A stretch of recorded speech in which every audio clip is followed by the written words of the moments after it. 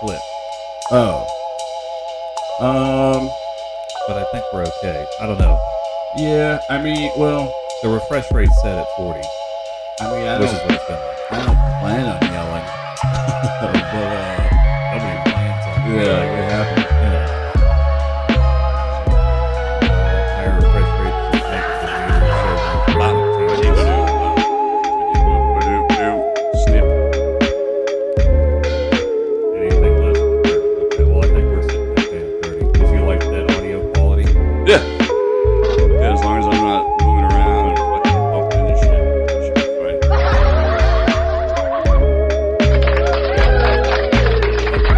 So, are we recording now? We've been recording. Oh, okay. Yeah, I just started. Hey everybody! Welcome to the Kooks, Cranks, and Iconoclast podcast. We're back. I know you missed us, because I sure did. Let's see, we were off for a week. What happened in that week? Let's go over. Oh, I'm sorry. I'm Mike, by the way. Ha-ha! See, I'm already getting out of the groove. There you go. I'm Matt. And, yeah, this is us. We're back with the show. This is, oh, hold on. Oh, Yes. God. all kinds of carnage in Don't hit that button. in the studio today. Okay, take it off. See you. Bye. Okay. What did happen in a week? Well, first off, maybe I saw a UFO. It might have been SpaceX, or from what you told me earlier, it might have been the International Space Station. Either way, pretty cool. Yeah. I got called a big-ass cracker by an angry gentleman in a Subway sandwich shop.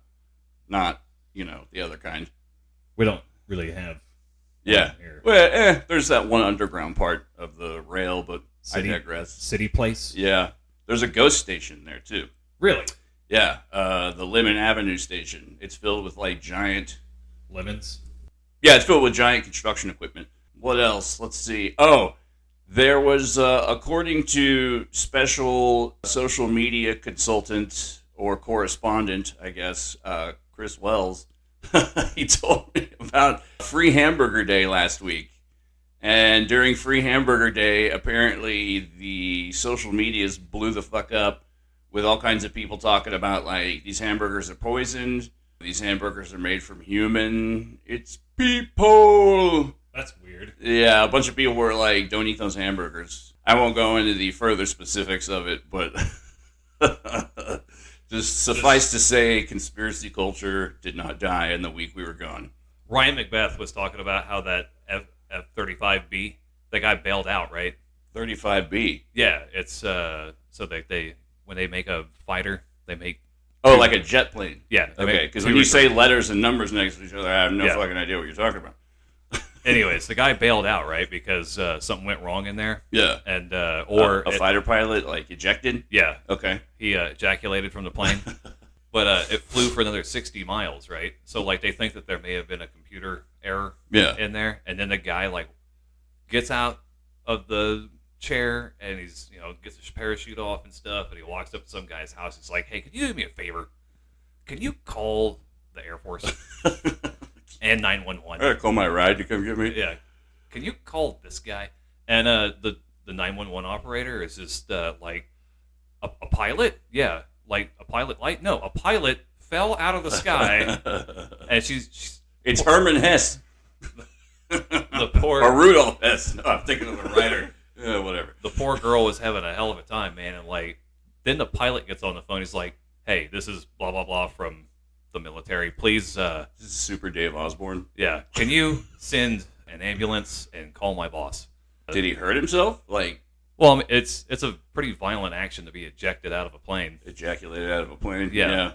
But usually when they launch that, it's rocket powered, right? So, like, the cockpit flies open and then the ejector seat fires. A lot of dirty words in this story. I know. Sorry, man. go ahead. Everyone started saying that, like, this was in, like, within 5 minutes, right? They're like, it kept flying. Well, there's no crash site. So it must have been tallied back to somewhere, and like, oh, look at the fuel range it had on it. It could make it to Cuba. So was this like a drone plane sort of? No, man, it's 5th generation fighter jet, like our best fighter jets. Damn, I wasn't even thinking about when you said he ejected, like what happened to the plane. That like totally went over my head. So it flew on for another 60 miles and then kind of did a belly land, right? Yeah. Like most planes, military planes, if they're working order, they'll just belly land, right? Do they know where it landed? Yeah, they found it within like less than 30 minutes. So within like 3 hours, right? This thing went from like, oh my god, a pilot could have lost his life, to holy shit, China just fucking towed our secret jet from Cuba to China. Way to go, Biden family. I'm like, what? That makes zero fucking sense. So wait, did China actually get it? No, or man. Just people speculating. I would be the more like, oh shit, our expensive fighter jet just crashed into several houses in the suburbs or some shit. Yeah, that would have been my concern too. But they found it like within the hour. And sir, you know that nitroglycerin plant in yeah. So it's not great. They but understatement. It didn't leave our domestic 48. It's okay. Safe and sound.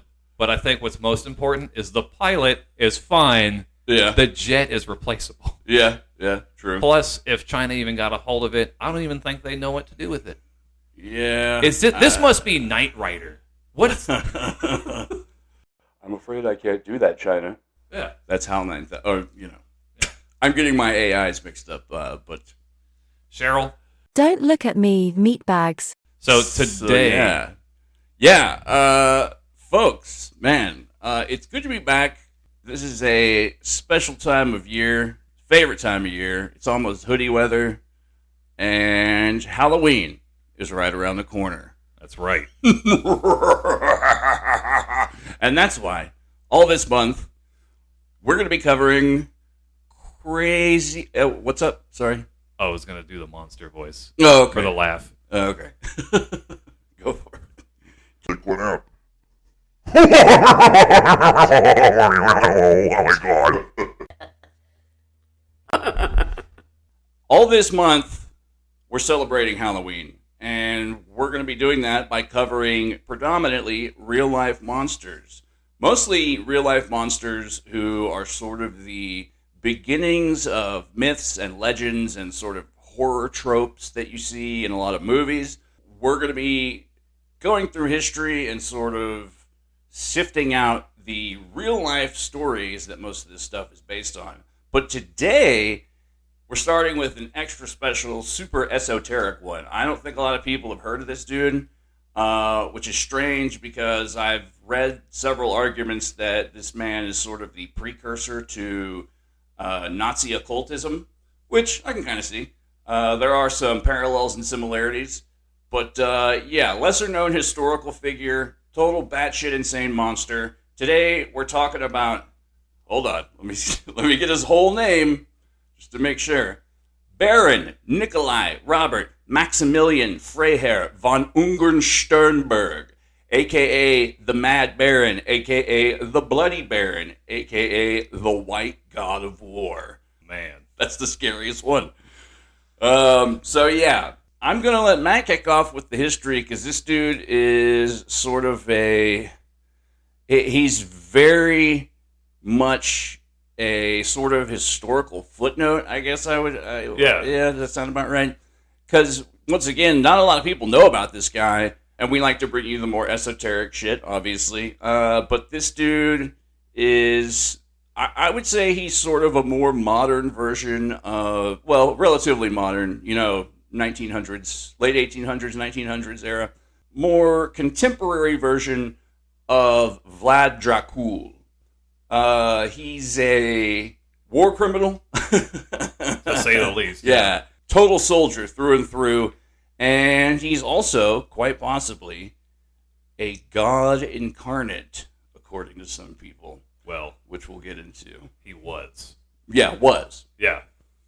So, kick us off with some historicities on Baron Ungern von Sternberg. Sternberg. Yeah. Use the Schwartz. Use the Sternberg. And there are still Ungern-Sternbergs alive to this day, actually. So, interesting side note. Yeah, they're an aristocracy peoples. Yeah, I was looking at videos on YouTube, and one started a spa. Wow. Yeah, I'm sure if the Bloody Baron were alive today, he'd be like, I need to go get my pores waxed, or whatever the fuck you do. Whatever they do in a spa. Man. Cover me in mud and beat me on my feet for my corns. It's amazing that you were so accurate in his voice. The Baron, he was a German Baltic, right? So, super white. Well, his family was mostly from that area around Lithuania and all that. He was actually born in Austria in 1886 in Graz. Yeah, he's a very, very much an Eastern European figure. He would be considered a Southern German, even though he's Baltic. Well, yeah, but his whole character, I mean, he's just very, that's why I made, the Dracul comparison, because he's very much just, if you met this guy, or, once you hear his story, be like, yup, that's those Eastern European countries, I don't know where they are. Did this country just show up? So anyways, a lot of people don't know this, but he spoke 5 languages. Holy shit, I didn't know that either. Somewhat of a polyglot. Yeah. He spoke German, obviously, English, Estonian, okay, French, okay, oui. And Russian. Da. Yeah. So when he was growing up, his family had lived in Austria for a long time until they moved back to their ancestral home around Lithuania, Estonia. He went to school with a bunch of other aristocratic rich kids and stuff, and he never liked any of those people. He felt like he never fit in with aristocracy or the higher upper echelon. Weird, okay. He spent a lot of his time hanging out with ruffians and douchebags. Yeah, and it's very much alpha bro.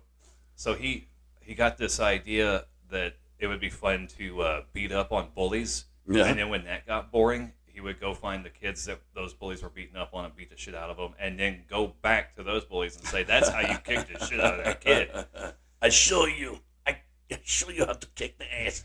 That's weird that he didn't feel like he fit in with aristocracy, because later on in life, he'd be all about the aristocracy. Yeah, he's like, these commoners, they know nothing. I piss on them. I don't know. This accent might flip all over the place throughout the progress. Honestly, it's drifting towards French. Yeah, I felt it. That's why I was like, anyways, he was the guy was a kick-ass athlete. Yeah, and he also liked to, as part of his athleticism, he would torture animals because I think he got the bronze in that. Yeah, he took home the bronze.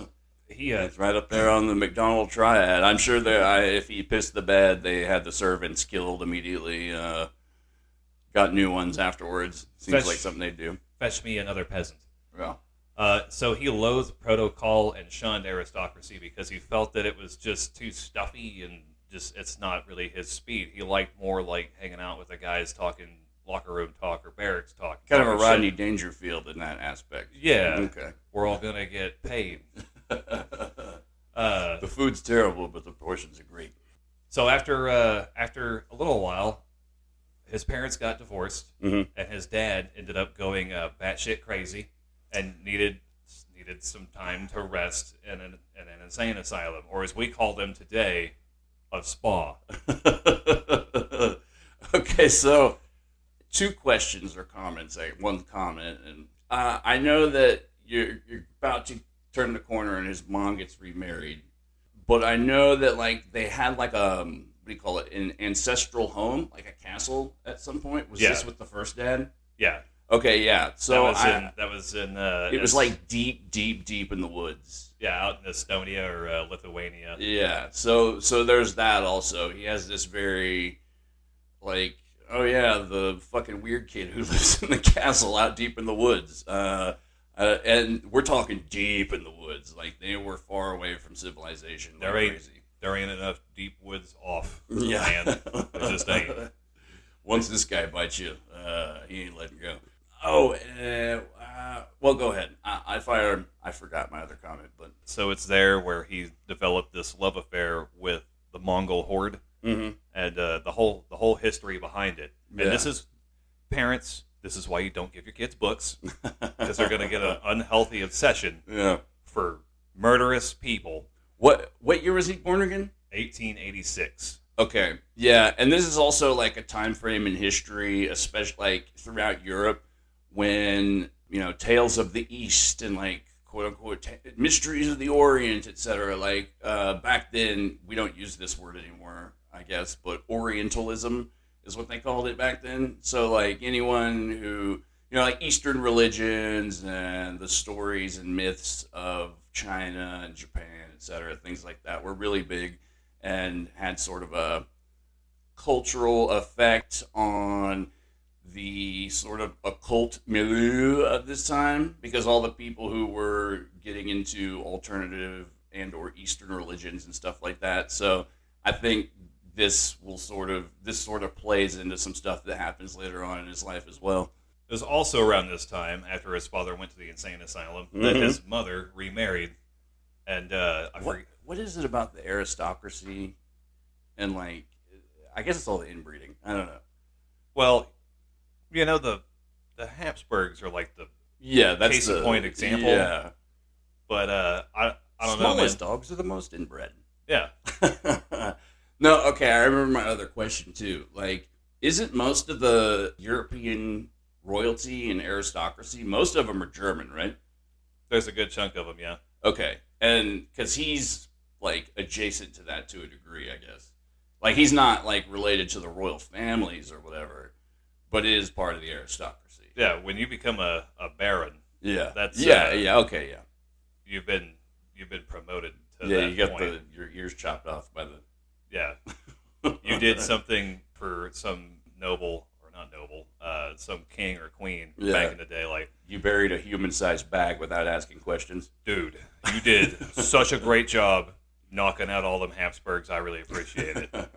Would be a thing that would get you promoted if you weren't working for the Habsburgs, or maybe you were. Weren't the Habsburgs Danish? No, they were Austrian. Oh, okay, close enough. Yeah, and then they owned, at the height of Habsburg rule, they owned a good chunk of Austria, Hungary, Spain, Naples. Hungry for a Danish? The Netherlands. Go to Turkey and get some chili. Yeah. With a Malta on the side. Never mind. With a fresh Maltese. Okay. Go away, we're recording. Go away, mate. What I was going to say, remarried, and his stepdad was like, I've had enough of this, you picking up and doing this stuff to cats. You are going to military school. We need you to straighten out. Yeah, let's send the sociopathic little bastard to military school. Keep parking in my goddamn parking spot. So the aristocracy and the Ungern-Sternberg name came from the father who went crazy. So he's got that going for him. I guess once you hit a certain hereditary age, fucking here comes the bad blood pressure, etc. Crazy gene kicks in, and yeah. My caseworker, by the way, told me this back in the day. She told me that most delusional disorders don't kick in until you're 40 years old, and I was like, oh, that's great. So it's something to look forward to, but also that like kind of reaffirms my childhood suspicions about older people being crazy, basically. I mean, there's a reason that humans just recently started making it past 40. Yeah. I mean, in the grand scheme of things. Maybe it was not meant to be. Maybe. All right. Anyways. So, all right, I'm sealing it up. I'm sealing it up. Sorry, I keep interrupting you. Close the vault. So what have we learned about this guy? He was born in Austria in Graz. His mom and dad totally didn't get along after one of them went crazy. Ironically, the husband. That'll happen. Yeah. And then he gets shipped off to military school where he has an affection for warmongering and all this other bad stuff that he learned off of the Khan, Genghis Khan, who he now allegedly believes may be his great-great-great-great-great-great-granddad or something. Yeah. Or he's the reincarnation of I'm not sure if that's grammatically correct, but yeah. Con incarnate. Con asada. The HKIN. Yeah. Anyways, we're learning stuff all the time. I'm so glad you guys can join us. So he graduates and gets a post in the Russian army. Right. And he falls in love with everything Eastern, and he decides, okay, I can get a position, and then I can get me, a little bit of street cred and stuff, and I can move up the ranks. And then he said that he hated Moscow, and he hated everything about being high up in the upper echelon. He just couldn't stand it. He'd rather be in the barracks, drinking and whoremongering and all that. Okay. And then he's a very in the field kind of guy. He's in the trench with you. Yeah. And that's the kind of leader you want when you have to go kill a bunch of people on the other side of the field. Yeah, I mean, the guy's a fucking monster, but, I mean, you hear a lot of stories about him, about how he was a kick-ass soldier. So, enter the Russo-Japanese War. Yeah. Everyone's like, Japan's going to get their asses handed to them. And Japan said, hey, hold this real quick. And then we beg to differ. Yeah. We have a different idea. Just goes to show, if you reform your country with guns and stuff, you probably get pretty good at it. Yep. And it took about a year. Mm-hmm.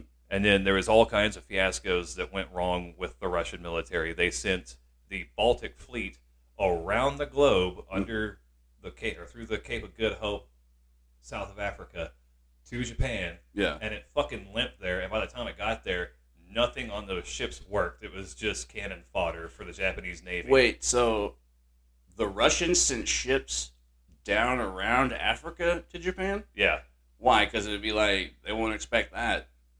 They wanted to make sure they could secure... Oh, because they'd have to go through China to get... I'm like picturing a map. I'm just like... They couldn't send any of their ships through the Arctic. They didn't have any ships that would survive that trip. So they had to go around. I got you. And the whole war was a fucking fiasco. And then Sternberg was... he gets out there to the front. Let's just call him the Baron. Yeah. And we can just fall back on Ungern-Sternberg just because it sounds funny. We'll just say all his names. Yeah. Anyways, he... This would be a 3-hour podcast. Yes. He makes it to the front, and there's some debate on whether or not he actually did any fighting in the war. Yeah. But he did organize a bunch of stuff, and it was there where he found... he's like, man, I love this countryside. It's great. Get to kill stuff. Shit everywhere to look at. And these Mongolians are pretty cool, too, since, they're not that far from there. And so, okay. And, I know next to little about history, and I guess I'm an audience surrogate for that on this particular episode. The Russian soldiers are for the Russo-Japanese War are in Mongolia. So back then, China was the map looked a little bit different. Right. So like Manchukuo or Manchuria, as it was called later, Russia actually owned a good chunk of that. Oh, okay. And oh yeah, I think I've seen like pictures of like Russian style architecture buildings there before. Vladivostok actually means most eastern city. Huh. Yeah, that was like one of the later acquisitions, but it was for that whole war was fought for like sphere of influence over Korea. Really? China, yeah, and then okay. They were protecting their interests over there, and then Japan said, no, we're that's our shit. Everyone's a satellite of me. Yeah. So this war lasts about a year. Russia is horribly defeated. It's the first time that a unrecognized power totally kicked the shit out of an established power. Yeah. I know that Japan was like isolationist for the longest time. So they just like sort of came into the world thinking that like, fuck it, we're going to build an empire, basically. Once they had industrialized, they came out of that and they started getting, they saw how Europe had gone over to China and just carved out treaty port after treaty port to take, and they want these spheres of influence. There's like, think of China like a piece of pie. Okay. And every little slice of pizza in there is a stretch of coastline and its corresponding stretch inland. Mushu pizza.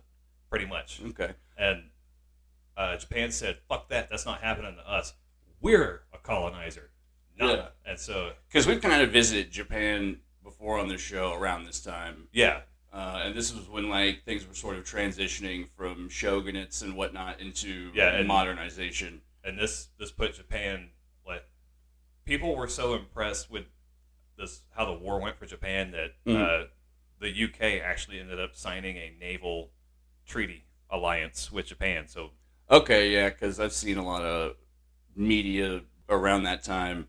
There's a manga / anime set post Russo-Japanese War called Golden Kamuy. I highly recommend it. Really good adventure series. But yeah, it's set in that time, and there's soldiers who are post-war, like, what the fuck are we gonna do now? So yeah, so after that war, Durbaran decided that he didn't want a post in Western Russia. He wanted a post in Eastern Russia. Right. There's I forget the name of the lake, but it's right there.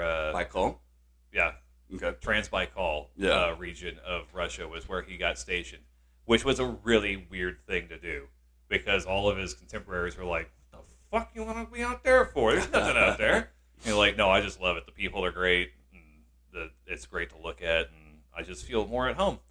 And so he goes out there, and he starts setting up, getting the lay of the land and all that, and becomes the big cheese out there. Right. And then he's recalled from that posting because of a little thing called World War I, or as they called it back then, International Civil War.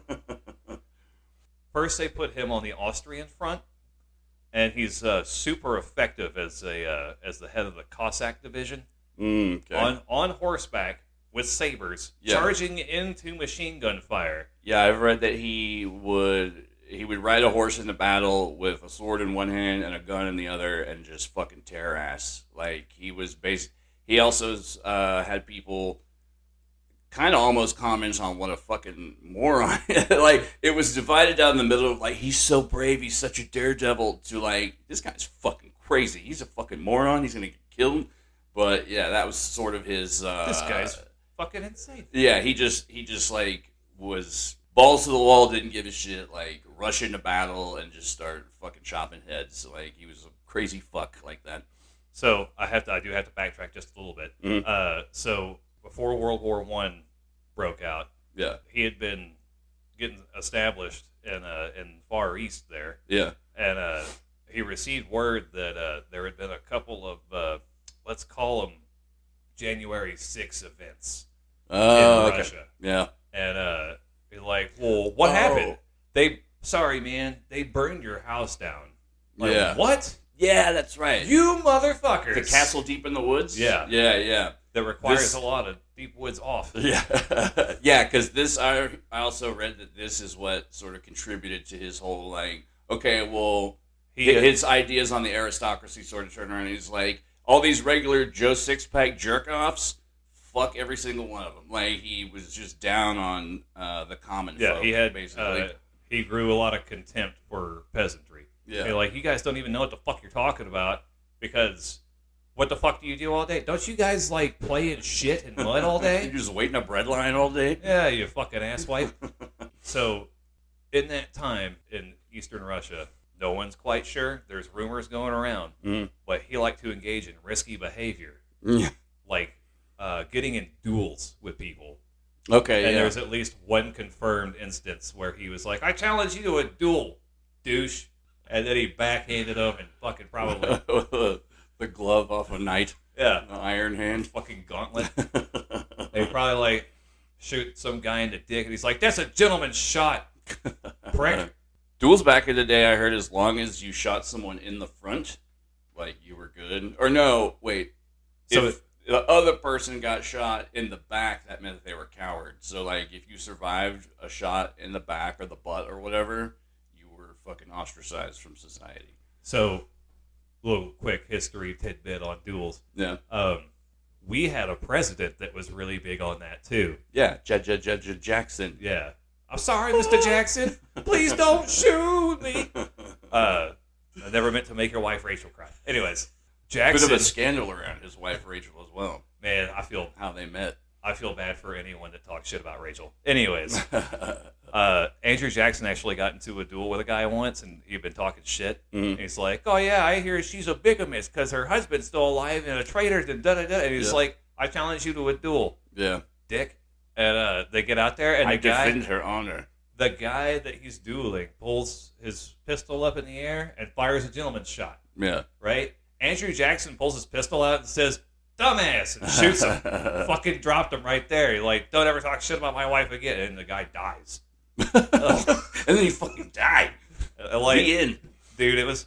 Andrew Jackson had so many people pissed off at him and wanting to duel him that he actually had to, like, joke. And he was down for it, too. He was like, "Let's go, bitch." That dude was more bullet than bone, bro. Like, he got shot in the arm one time, and they were like, "We gotta cut your arm off." He's like, "No, you're not doing that." And he's like, "But you're gonna die from the infection of the wound. It's already gangrene." And he's like, No, you're not cutting my fucking arm off. I'm keeping it." So, like, the rest of his life, it healed, but, like, the rest of his life, he had, like, Bob Dole arm. Like, He had a cane and an advertisement for ED. And a pin, always. Yeah. He was played by Norm Macdonald several times. Who ate Andrew Jackson's peanut butter? Anyways, back to the story. Yeah. So, all right. So now we've learned that he's extremely pissed off at peasantry. And he's like, these guys don't know a fucking thing. And now it's time to go fight for our country's honor and tell these stupid Huns not to do it. Which seems kind of weird to me that he would go against his Austrian and German peeps. Yeah, German-speaking peoples. But, you know, when you speak 5 languages, I guess you're a citizen of the earth. Yeah, that's true. And so they put him on... Internationalist. Now we're back. Yeah. We're back on the Eastern Front, and not all is very quiet because there's a Cossack charge coming right over the hill and the gunfire, and they still killed everyone. Now, the Cossacks are like the White Russians, right? Are they the same thing? So the White Russians are the people who are anti-Bolshevik.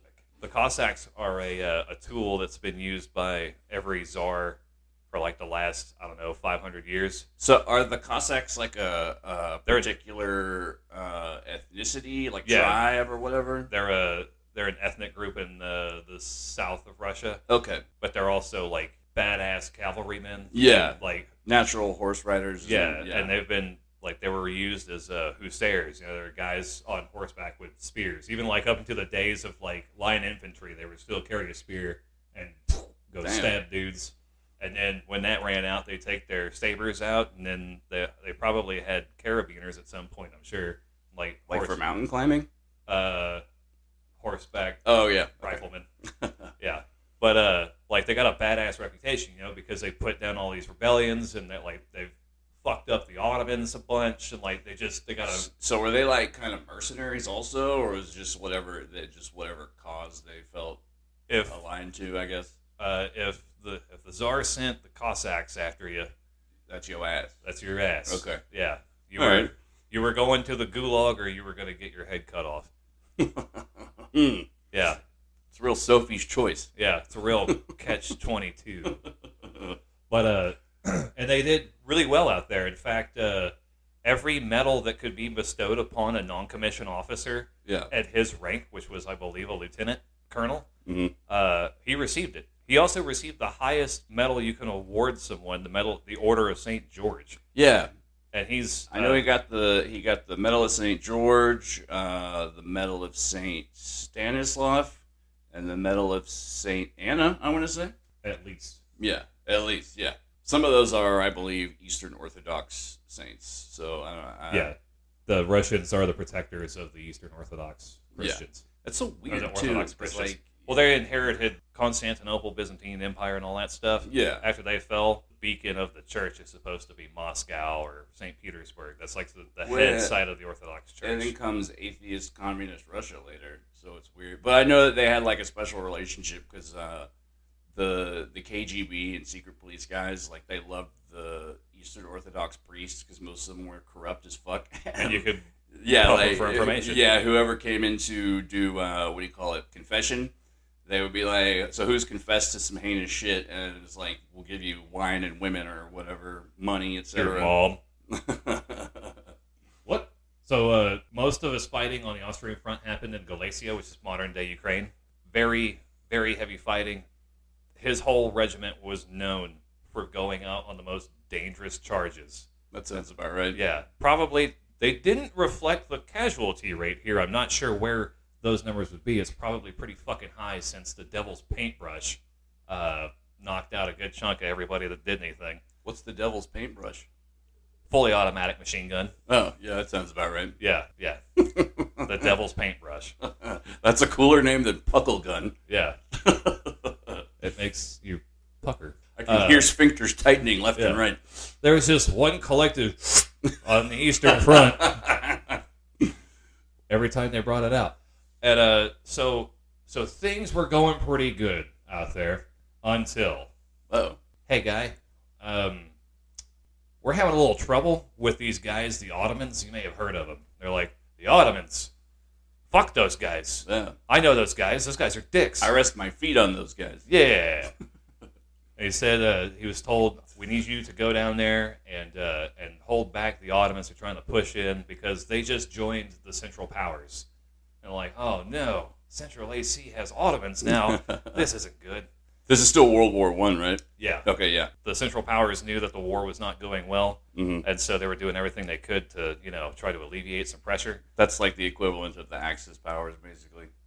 Yeah, Germany and Austria. Yeah, okay, yeah. And then they get the Ottomans involved in the war, and they're like, okay, cool, we think we can do this. So the Ottomans push from the Caucasus region. It's usually the other way around. Yeah.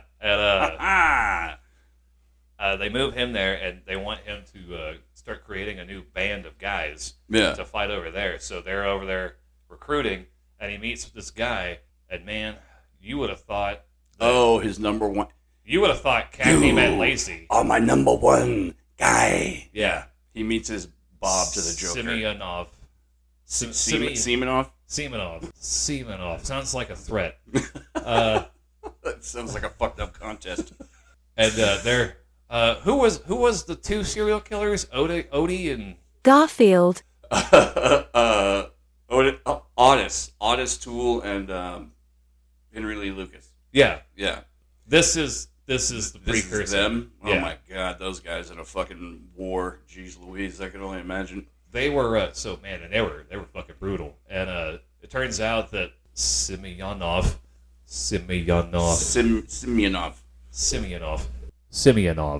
Anyways, yeah, he meets Semenov. Yeah, and they have a wonderful time frolicking through fields, killing people, and recruiting Iranians to fight the Ottomans because, man, we know how much Persia at the time, now Iran, hated the Ottoman Empire because no, you're doing the religion all wrong. Of course. So, and as they're gearing up, right, they get their A-team together, and he gets a phone call. Well, he gets the equivalent. He gets the equivalent of a letter or call or whatever it is they're using to give information out that day. So, hey, you've been recalled. We need you to help put down this rebellion. What rebellion? Oh, there's these guys, the bullshit Vicks, the bullshit Nicks. They're saying that they're not gonna do this anymore. The beatniks. And yeah, they're like, we're not doing this anymore.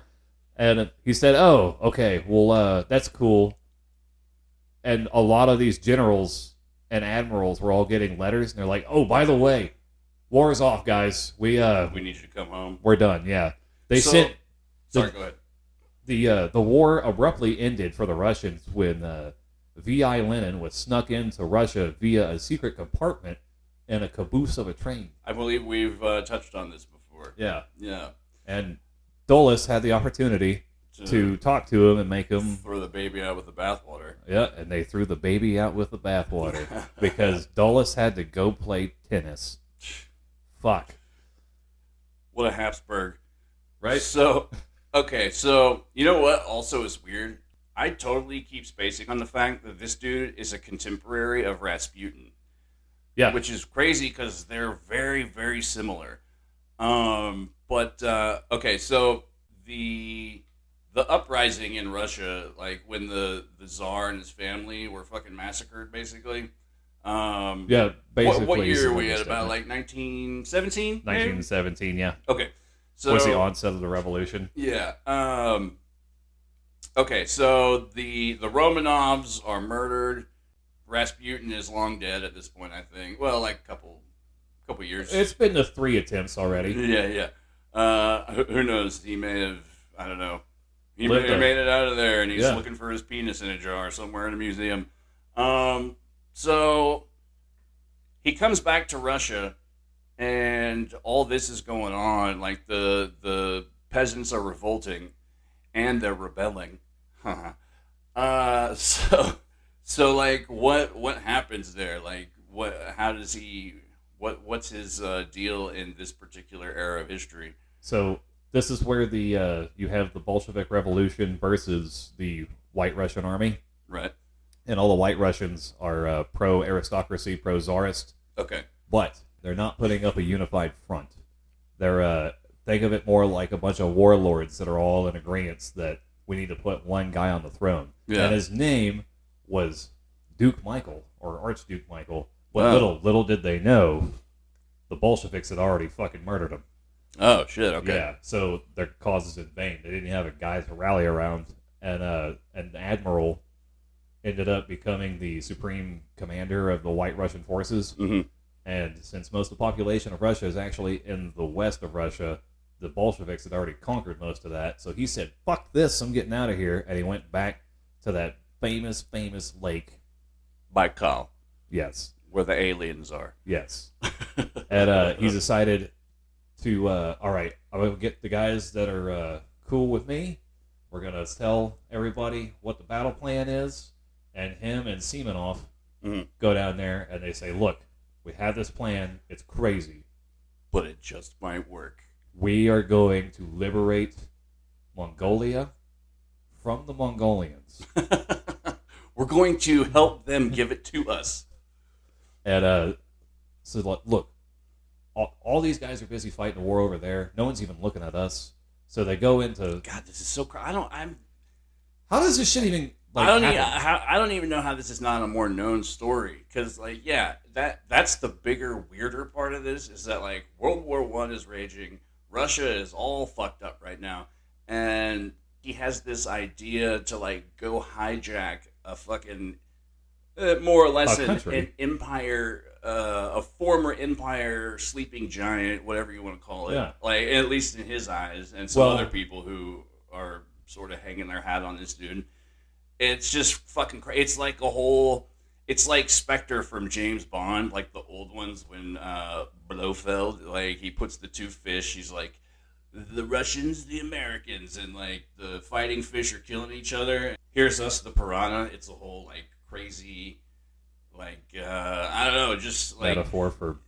Well, there's that, but yes, there's that. That's the metaphor for what Spectre wanted to do in the James Bond series, but it's like the same idea, kind of. Like, he wants to, everything is fucked up in the world, especially, like, Eurasia in general, and he wants to go, like, hijack this potential rebuildable empire, in his mind, at least.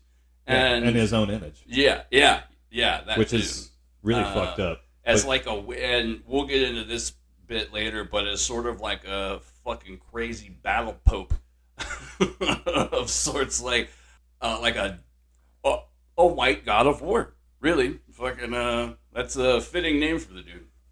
So around we'll call it 1918. Okay. He had decided that, okay, we'll go in to, what, Urdu? Is that the capital? I believe so, yes. Formerly. That sounds about right. I believe I read that before. And it took 1,500 men to overrun the capital. That's it. They overrun the capital, which I guess, when it's the size of a high school campus, I don't know. Yeah. You're probably not going to have a hard time. Well, weren't they? I believe they're also sort of, by some factions within Mongolia, they were sort of like welcomed. Yeah, there was some grassroots movement because of anti-Bolshevism, and he was actually pretty lenient on who he let run with him. And there were guys in there that were it was a ragtag crew. Yeah, as long they only had one rule or two rules, I guess. One, don't talk about that Fight Club. Yeah. No, one was you have to be anti-communist, and two, not a Jew. Pretty much. Yeah. And rabid anti-Semite, this guy. Once again, we get another one. It just keeps happening. I mean, in this era in history too, man. It's just, I don't know. The whole like image at this time of Jewish people is very much now how we have the whole like. There's people who fucking eat adrenochrome. It's the same thing. It's like the same equivalent. Yeah. Socio-culturally, like it's the same idea behind it. It is just so goddamn frustrating. Yeah, we don't learn. Like we do the same shit over and over. I was driving down one of the highways in our Fairburg, and there was a sign that there's a billboard, right? And typically, I'm all for practical information. Hey, stop at red lights and let people walk on the crosswalk, right? It's common sense stuff, right? You can put that on a billboard. Yeah.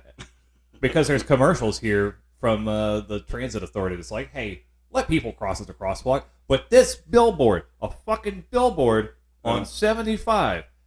Hey, guys, hate to break it to you, the Holocaust happened. Jesus.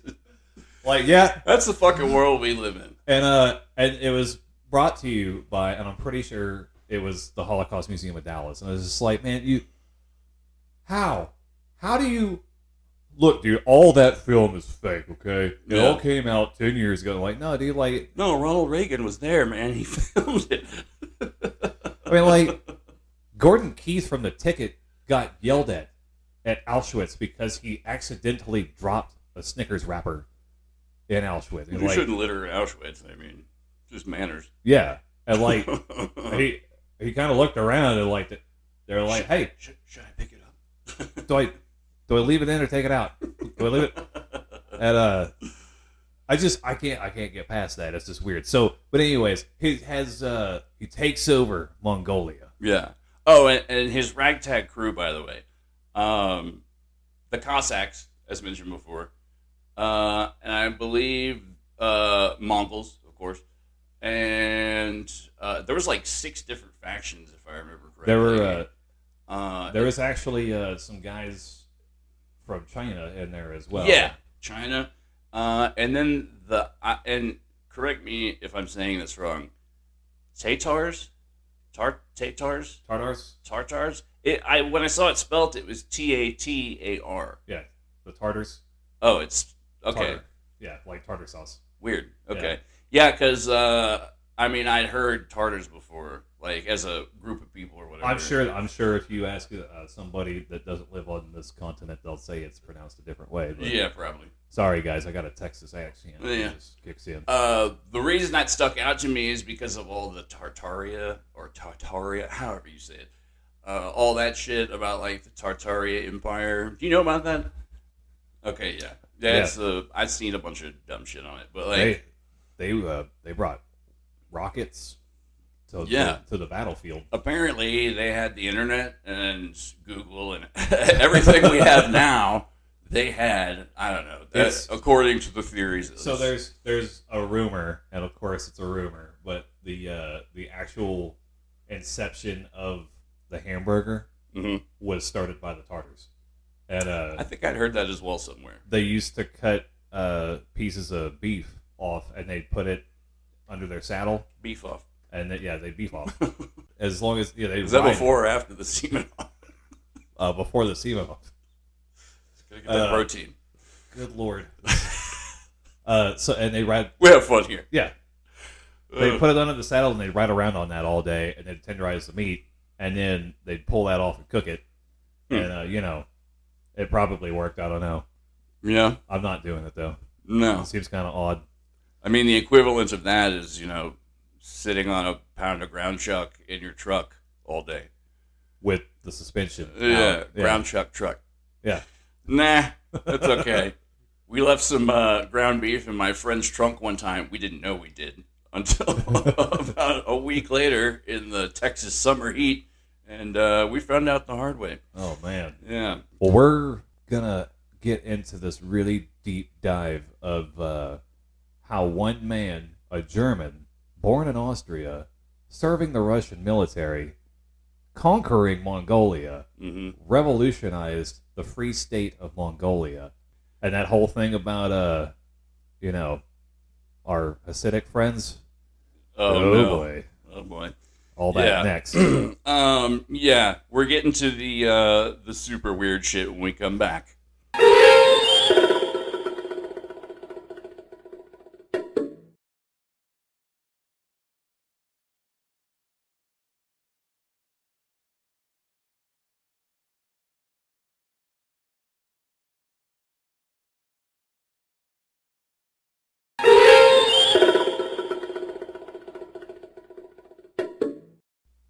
We're back, and thank you for sticking around. I know it seems like it wasn't long for you, but it was long for us because we got to go outside and yell at the check the dog. Yeah, and, let the dog out. This last week, I also found out that I'm actually a bunch of spiders inside a human suit, so I had to take care of some of those things, rearrange a few things. It's never a good time for bad news. Yeah. There's also some stuff I wanted to mention earlier about the Delphi case, but for the sake of continuity, we'll do that at the end when we usually just rant and rave about just various bullshit, vamping and whatnot. I think the crowd likes it. Thanks, crowd. But yeah, we're gonna continue on with the Bloody Baron, and towards the end we'll do some bits and bobbles, wingdings and things, etc. So when we last left Ungern-Sternberg, he gathered up his ragtag posse in Mongolia with the Millennium Falcon. Yippee-ki-yay, Mr. Falcon. See what happens when you find a stranger in the Alps? Anyway. So, many of you are probably thinking, did you like that nice sincerity smack? Many people are thinking, well, guys, how did this guy get here? And you may be asking yourself. Like that song. But, so he sincerity smacked a bunch of people. Yeah. That's how. There. Yeah. If you're going to start a new empire in Mongolia and overtake the capital with 1,500 men and run off a bunch of people, you're going to have to instate a few laws. You're going to have some rat feces in there. Yeah. You're going to have some rat feces in your new country. Wait, so he only had an army, well, quote unquote, I guess, of 1,500 men? That took the capital, yeah. Okay. And they did some recruitment videos and VHS the equivalent tapes. Thereof at the time. And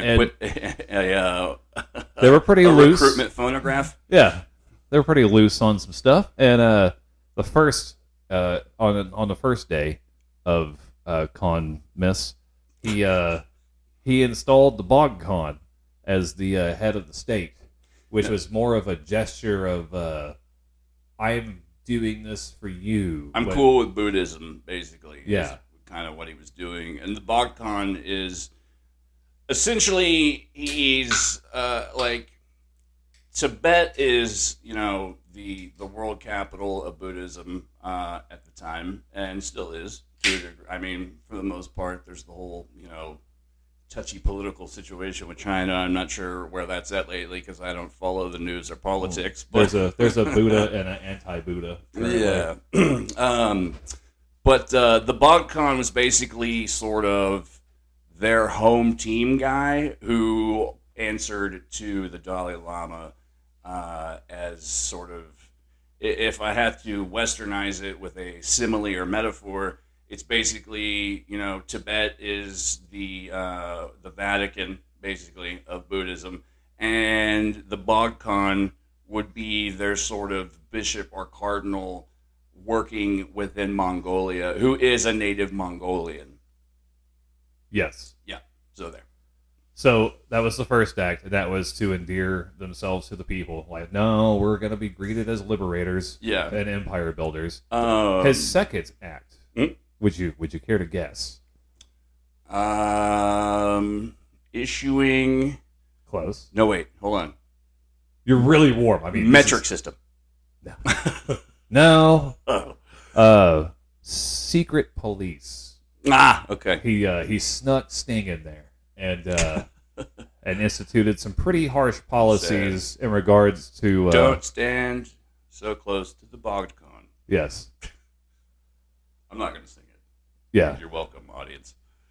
And then also around the same time as forming those secret police, a bunch of Jews were massacred. Probably not a good idea. Yeah. Because when you do stuff like that, you tend to force people into the embracing arms of Bolshevism, because that's the only other option out there. Mm-hmm. And then there was a mass exodus from Mongolia into Russia. Yeah. And, it's Bolshevism is the working man's, political party, I guess you'd say at the time. Yeah, it's the party of the blue collar. And as we all know, the Lord loves a working man. According to that country song. And Bolsheviks don't believe in the Lord. Yeah, I'm a lineman for the county.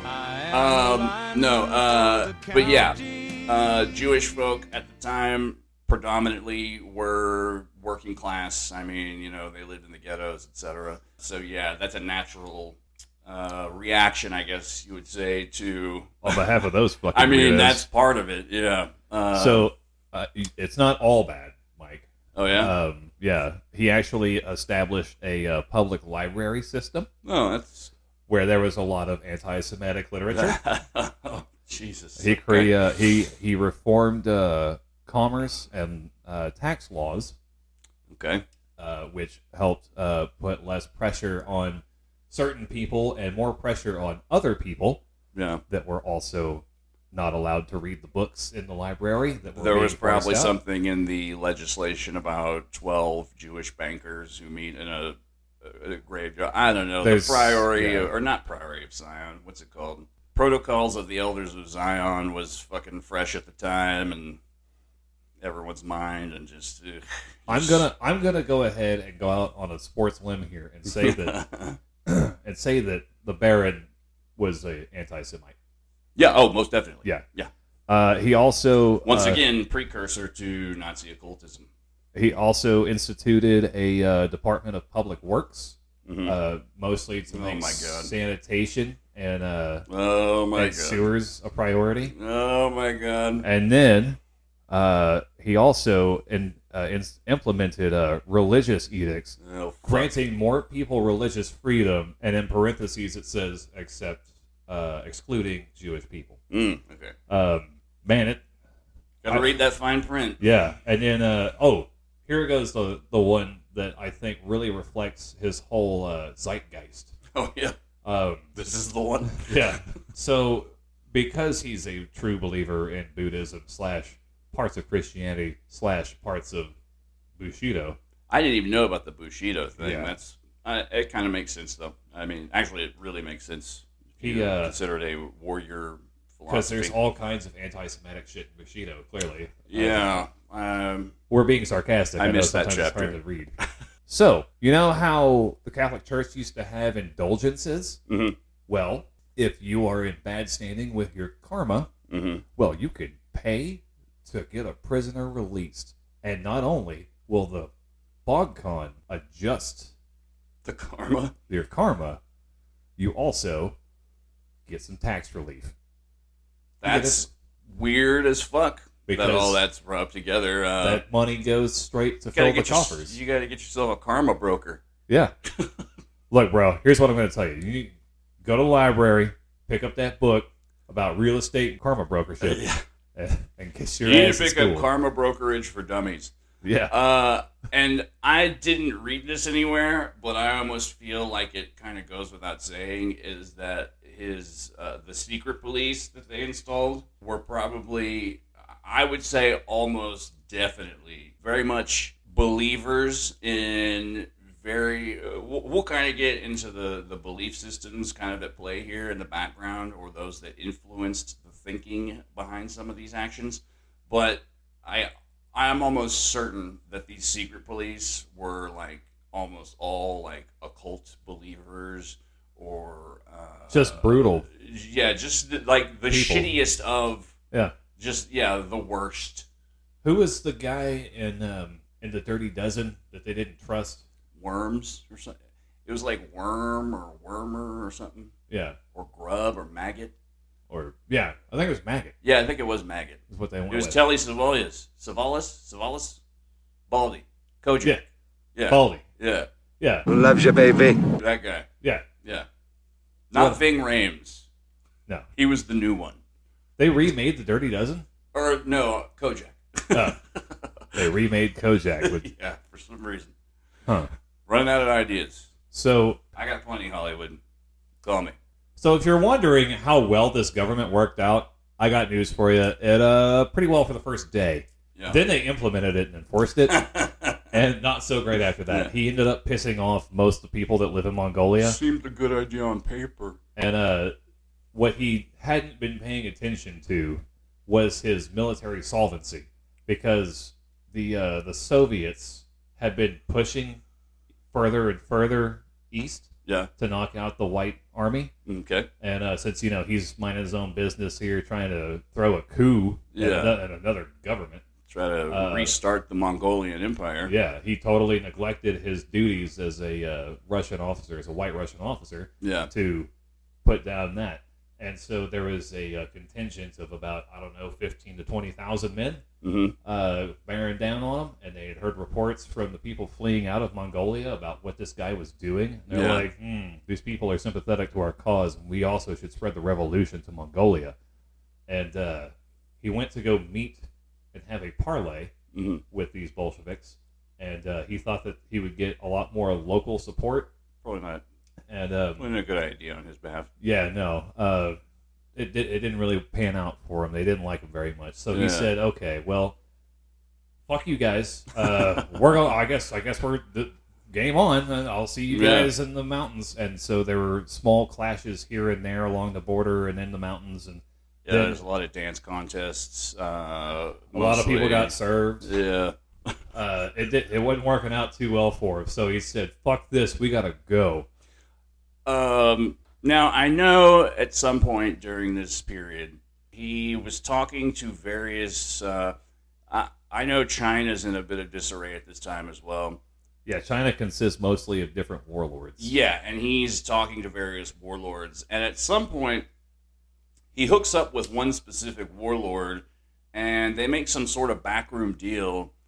And, thrown into the deal, more or less, is marry my daughter. Because, back in the day, if you wanted to get married, you had to have, So Raja Ghul said... Basically, yeah. Shit, this dude's... Sternberg is basically Raja Ghul. I don't know, maybe... if I had to, make There's an weird equivalent... parallels here. Yeah, it's very much a real-life equivalent, I think. But, yeah, back in the day, to get married, you had to have, 40 donkeys or whatever, and you had to give a dowry. The dowry, yes, you had to have the dowry. So it's hey, the dowry is if you marry I'm a warlord. You marry my daughter. The next thing you know, when you're going to war again, I'm a warlord. Did I mention that? Me and my boys, we're the dowry. Get that dowry. I may be getting this wrong. There's a whole weird political system and backroom deals and sort of just strange contracts being made between him and various warlords, or he's shopping around for warlords to he's gonna garner any support he can, dude. So yeah, and the one the first one he got or whatever, I don't know, they just to seal the deal was marry my daughter, which is very weird. And they were married for I don't know, I want to say maybe 10 days. It didn't last very long, or they were together for 10 days. I'll say romances are fickle. Yeah, it's you gotta keep the love alive. Summer rain. But I don't know. I think eventually after those first 10 days, that's while he was still in China talking to these warlords or whatever. And then it's well, I'm going back to Mongolia to reignite my plan to kickstart the, sleeping empire and take over the world, or whatever the fuck it is I'm trying to do. And I'm still trying to figure out. I'm going to stay here. It's okay, that's cool. Yeah, that works. That's less I got to do. We're in the middle of a war anyways. Maybe I'll see you again, wife. So as the war progressed on, and the Bolsheviks had a hard-on for him because him being a white Russian and all that, and oppressing people who were sympathetic to the cause of the Red Army. Mm-hmm. These battles got more frequent, and more men kept dying, and they decided, hey, we need to go. Let's just roll. So he said, all right, we're going to make a beeline. Yeah, so the remainder of his Mongolian Continental Army decided it would be best to just book it. And so they were making a beeline to Tibet, and they got all the way down there, and then the worst thing that could ever happen to him happened. What's that? Mutiny. It wasn't Semenov, was it? No, it was... Okay. It wasn't a Semenov. It was just... his buddy Semenov. They're still tight, right? Yeah, at this point, they're still good. It's his subordinates that finally have enough of this shit, and they're like, all right. They beat him and captured him, and then they sold him to the Bolsheviks and promptly turned around and used that money. This happened to Semenov? No, this happened to Sternberg. Okay. They took that money and promptly turned around and opened up a Dave & Buster's. and then they bought a bunch of Dave & Buster's cards with money, and then they used the Dave & Buster's cards like money. Anyways. It's a confusing system. That's all I'm trying to say. They were trying to prop up the currency of Dave & Buster currency. So the Baron gets shipped back to Russia for a show trial that lasts like 6 to 12 hours, and it's just a fucking farce circus. Yeah, dude. Yeah. And they say, okay, because you're a military man, we're gonna give you the right to die by firing squad. Oh, that's nice of them. Yeah, that was awful sweet of them, right? Yeah. And now, what year is this? This is 1921. Okay. So before he's executed, his last request is that he gets to take his Order of St. George medal and swallow it, because he doesn't want any dirty Soviet Bolshevik hands, godless freaks touching it. His words were, "I don't want any godless Bolsheviks to touch my shit." And touch my shit. That's what he said. Pretty much. And I'm paraphrasing the paraphrase. I would have thought, yeah, I don't know. I thought you were about to say last words, like, you have any last words, and he just says something to the effect of, like, yeah, go fuck yourself. Like, it's very much shoot straight, you Hoosier bastards, or something like that. So they end up executing him by firing squad, and his shit's done. Like, it's that's the end for old Sternberg. That's it for him. Until 3 hours later, when he rose from the dead. No, that's not what happened. He was dead. That's the end of his story. Yeah. They didn't put blank rounds in any of the rifles back then? No. Not even as a joke. Now, that's the historical side of him, as far as the factual information that you will find goes. That we collected. Yes. Now, the weird shit about this dude plays a lot into his belief in Buddhism and his connections to the Mongols, his wanting to kickstart the Mongolian Empire. The Mongols, saw this dude. Okay, I guess I should back up a little bit. Mongolia used to practice a folk shamanistic religion before Buddhism came. I believe it's called Tengriism. And then Buddhism came and swept through. And we've kind of talked a little bit before on this show about Shambhala and the Kalachakra Tantra, which are sort of more or less, they have to do with Buddhist apocalyptic prophecies about a holy war with the Muslims, and Shambhala being this secret city hidden under the mountains. And that's where, the king of the world lives, the future Buddha called Maitreya will, come up out of the ground with all these crazy war machines and shit. And the best, easiest way I can explain it is Buddhism came out of Hinduism, right? So Hinduism has an influence on Buddhism, and Tibet specifically, they practiced a religion called Bon. That was their native religion before Buddhism showed up, which was also very shamanic. But they had their own gods and demons, etc. The actual creation story of the Tibetans, their myth or whatever, like where they came from. There's like a half man, half monkey person, and he was like one of the first people, I guess. He's like their Adam or whatever, and he conquers this female rock demon and has sex with her. That's sort of like the more sanitized version. It's a lot rougher than that, apparently. But anyways, no. Yeah. So like they have a bunch of offspring, and those offspring are the Tibetan people. And that's like sort of plays into the whole like Bon creation myth. As a matter of fact, in Japan, they still celebrate what is called the Bon Festival, which is sort of like, it's kind of like their version of Halloween to a degree. I'm simplifying, of course, but it's, you know, all your dead relatives and ancestors walk the earth for the night. More like Day of the Dead, I guess. Anywho, that's sort of like gives you the background on the sort of native religions before Buddhism came. And then Buddhism, like we said before, the best way we could explain it is that Tibet is like their Vatican City, more or less. And in Buddhism also you have the Dalai Lama, who's the Pope, basically, or Batman also. Yes. And then you have all these like Robin Lamas, like the Panchen Lama, and various other like sort of lesser llamas who are like Robin or Batgirl or whatever, etc. They're like subordinate llamas, but they're still pretty important. Like these are still Barbara. These are still figures that, you know, you hear like those the weird story about like a llama being reincarnated as a child somewhere, and they have to go to where that place is on pilgrimage, and then they put out like the shit that belonged to it. Yeah. It's not always just the Dalai Lama. Like in the King of the Hill episode. Yeah, just like that, yeah. Except they're like, should we tell them that the mirror is that as well? So in Tingriism, which is the native pre-Buddhist Mongolian religion, there's a war god called Begtse. I think I'm pronouncing that right.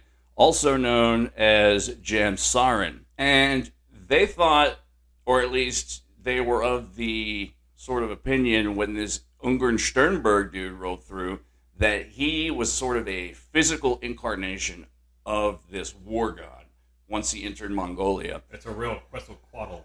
Yeah, it's very much like that, actually. Good parallel.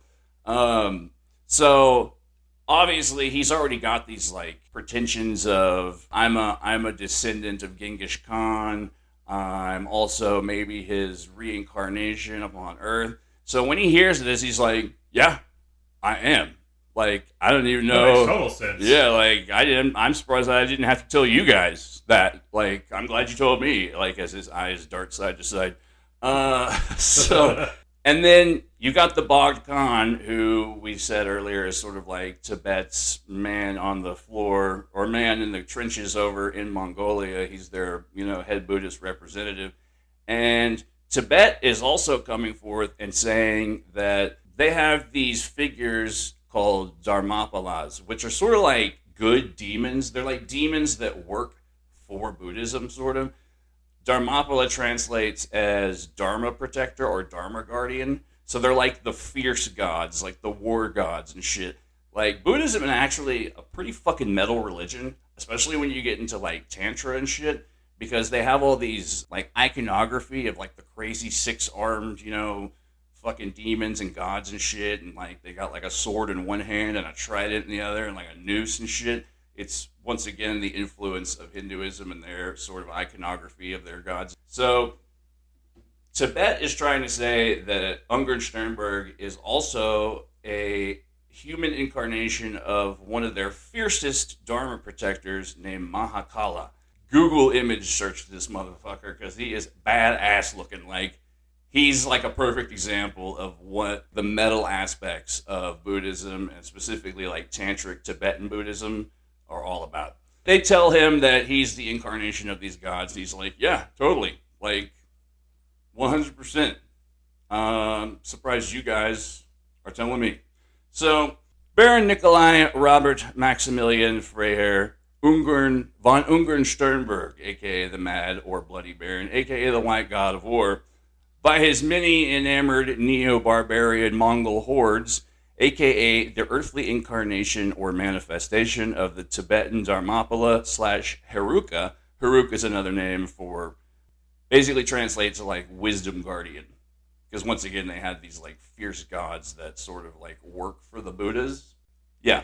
Dharmapala / Aruka called Mahakala, the tantric wisdom consort of the fierce goddess Mahakali, who is also sort of like a lesser incarnation of the goddess Kali.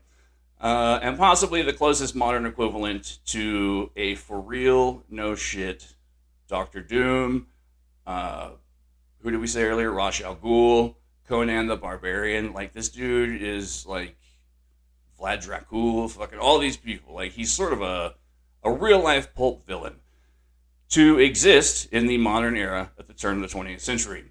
That's right, folks. Once again, we bring you the story of yet another one of those rare individuals who could easily be considered a legit historical supervillain, not to mention potentially being the actual precursor to, once again, Nazi occultism, which was at the time silently lurking whilst waiting in the wings on the world stage and possibly providing the evil prototype they later acquire and then slightly rebrand into the savagely anachronistic guise of the divine conqueror or philosopher king, inextricably spawned forth, fully formed, from the fever dreams and demon-haunted delusions of mystics, madmen, and messiahs of violent genocide. And goddamn it, if that ain't just metal as fuck. But once again, this dude is not a good person. He's shitty, obviously, at this point, if you hadn't picked it up. But he's known for being a badass soldier. Too bad the Bloody Baron just so happens to actually be just a tad bit of a beehole. Yep, he's a total type A personality, who's also probably the first motherfucker to show up uninvited to your party and then start going, woo, woo. He's that guy. At least in his younger days.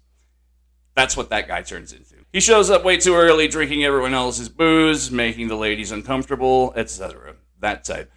The type of guy you just know is going to start some shit, and with a hatless Cossack's cold iron 5-head, because this dude has a straight up 5-head. Like, look at pictures of Baron Von Ungern-Sternberg. He was known for his icy blue eyes, but dude had a 5-head. He looks like fucking Walton Goggins, kind of. Yeah, I can see that. Cold Iron 5 set atop a legit infamous Crazy Eyes icy stare that terrorizes his many enemies and animals alike. Speaking of ice, I read that it gets so cold in Siberia that it can literally freeze the urine within your kidneys. For reals. It's true. Look it up. This guy straight pissed icicles, then pulled 10-hit combo flawless victories with Sub-Zero, finishing his enemies. Then he'd celebrate by chasing it down with shots by chasing down the remaining survivors, who he then shot. He was a beast, almost quite literally, as it was supposedly rumored by some of his more shamanic Mongolian soldiers that he was possibly the spawn of an abominable snowman. That was a rumor that actually went around through some of his soldiers. Also, while I'm thinking about it, I don't know if we ever mentioned this dude, Stanislav Zukowski. Did we ever mention him on our show before? Name sounds familiar. The Polish artist who thought that certain human beings were interbred with abominable snowmen. That's what it reminded me of. Now, you may be currently furrowing your collective brows, scowling in disapproval as you're perhaps wondering, hey, yo, what the fuck's this got to do with that? Well, it just so happens that in the very same episode that we briefly covered the Tibetan Buddhist mythological and prophetic concept of what is predominantly called Shambhala, and some of the more fringe Buddhist ideology, as well as lesser-known Tibetan Buddhist ideas concerning apocalyptic holy wars, and the Tantric occultism, which predominantly falls under the banner of the Buddhist subsect known as Vajrayana. That's basically like the most metal sect of Buddhism. Basically, when I talked to a for real no shit Buddhist one time, like a monk actually, I asked him about it, and he basically described it as like the world needs Buddhas now, so it's sort of like the most expedient path to enlightenment, but it's also the most dangerous. So it involves like, it sounds very left-hand pathy to me. Like you basically have to engage in some potentially reckless, dangerous, less than savory behavior to bring about a sped up form of enlightenment. But that's basically made up of the much more badass metal as fuck aspects of what are mostly Hindu influences on a school of thought, which is also commonly called esoteric Buddhism, due largely in part to its overall syncretism incorporating elements of Tibet's early pre-Buddhist Bon shamanism and necromancy.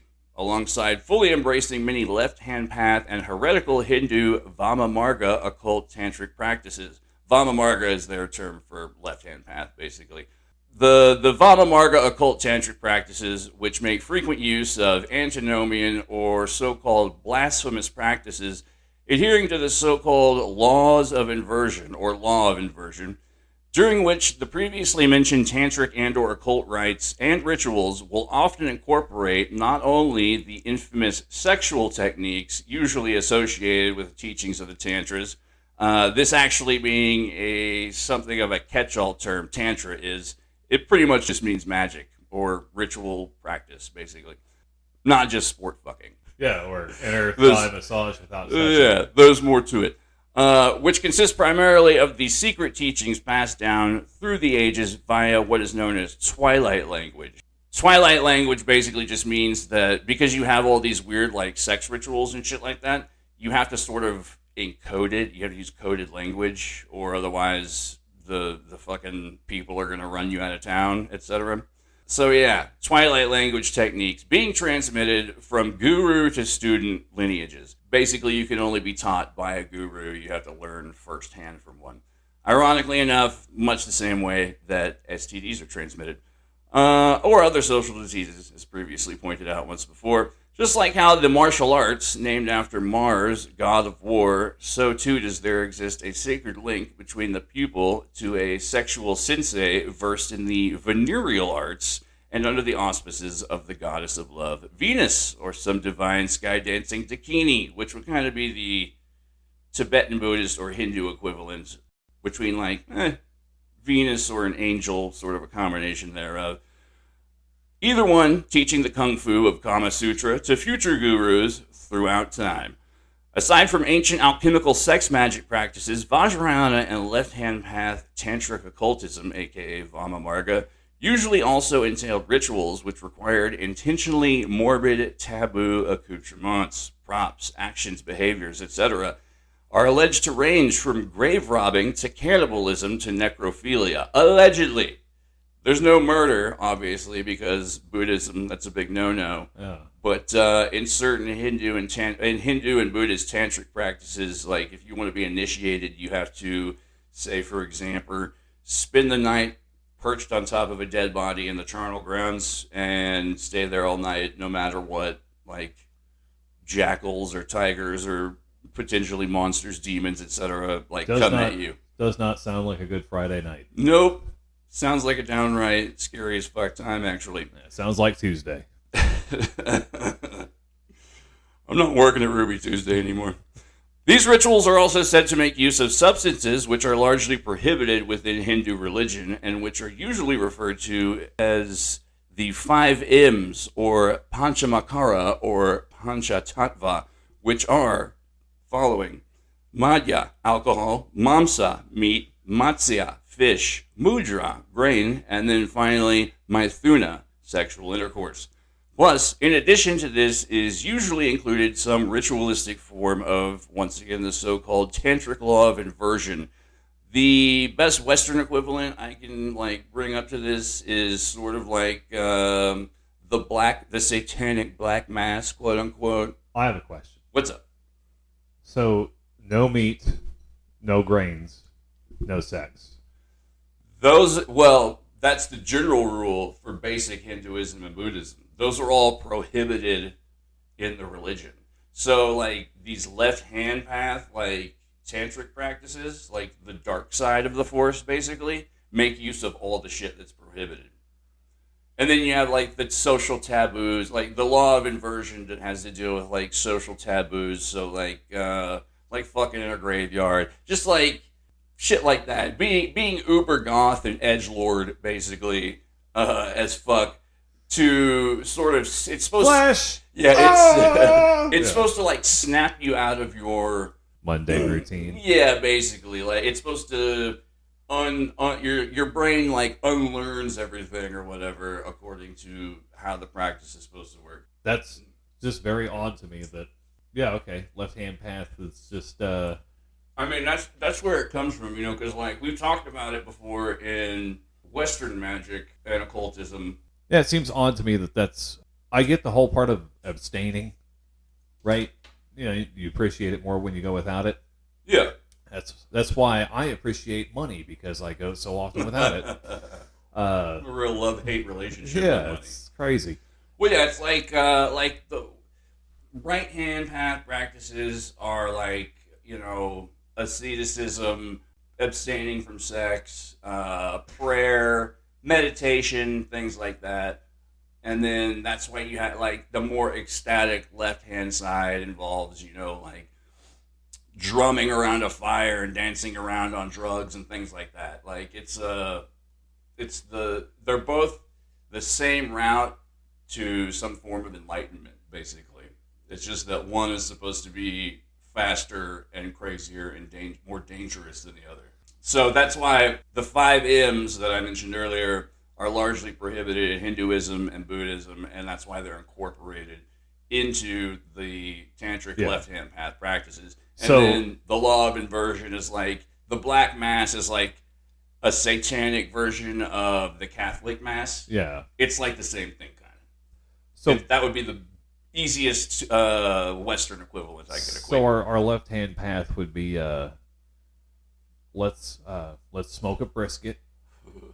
I'm going to get a case of beer. Dude, barbecuing is like the number one modern day ritual, I think, that's like socially acceptable, that's like the most ancient, because it's, I don't know, there's something very ritualistic about man cooked meat with fire, like See, the only way you can make it better is if that log was struck by lightning first, then you just recreate the whole scene. But yeah, so Sunday, our way of saying thank you is not going to church, smoking a brisket, watching the Cowboys lose, maybe, more than likely, and then drinking a ton of beer, and then talking your wife into doing something for you to help you out. Yeah. Well, sodomy. I mean, that's, you know, I don't know. Man, Lord, that God meat is ass kicking, ho. Like, that's... We mean it in the most biblical sense of not missionary. Yeah. Man, it would be awesome to have a brisket that was, like, struck by lightning if it got, like, just right. Man, wouldn't that be crazy?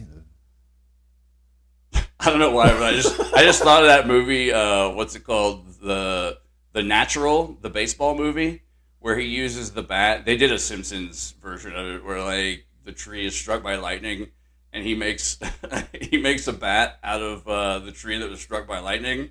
I was just, like, picturing someone using, like, a big old fucking slab of beef to, like, play baseball with. Made me giggle inside. So, yeah. Yeah, they pretty much ruined brisket. It's way too expensive. That used to be trash cut meat. Now it's perfection. You gotta, like, well, I don't know much about barbecuing, but I know that if you're not getting at least, like, 5 or 6 meals out of your brisket, you're doing it wrong. Yeah, that's clearly. all I know. Look, as far as I'm aware, 12 pounds is the minimum. So yeah, the tantric law of inversion, which is supposedly a form of reversal or of usual social or religious norms, which is intended to include some sort of taboo or inclusion of natural aspects of life and existence that are usually considered as being unclean, such as corpses, human waste, etc.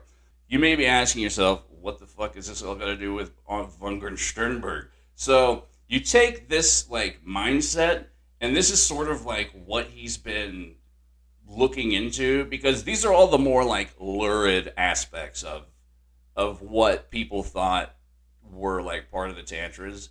And supposedly, I mean, it's all secret ritual, so you don't really know. But once again, you know, this is the trash tabloid version of, like, what, like, the dark side of what goes on. I mean, if you've ever walked into a Freemason's hall. Oh, they can do all kinds of weird shit. Like, you have to, like, pantomime blowing a guy, or, like, they have to pee in a jar and, like, pass it around. I don't know. All that shit. It depends on the Shriners do weird shit. This all sounds like fucking Animal House to me when they discuss what they do. Thank you, sir. May I have another? Yeah, like, and then you know. Well, some would argue that the Masons are sort of like or traced back to the Templars, and, like, supposedly the Templars were practicing stuff like this, supposedly. So that's where all these weird, like, sort of bathroom humor, fucking weird little like grab ass games come from that are like incorporated into the initiation rituals and shit like that. So it just depends on your local, I guess. That's what I would think is it's more of a what do they think is funny? Hey man, we put a ball and chain on him when he was getting married. Yeah, it was like, hilarious. I read something about the Shriners in one specific state, like their initiation rituals. I read this book on Baphomet, which we talked about before, and like the Templar secrets, like what rituals were they really practicing? And the writer Tracy Twyman, she's a fucking awesome like conspiracy / like secret society researcher.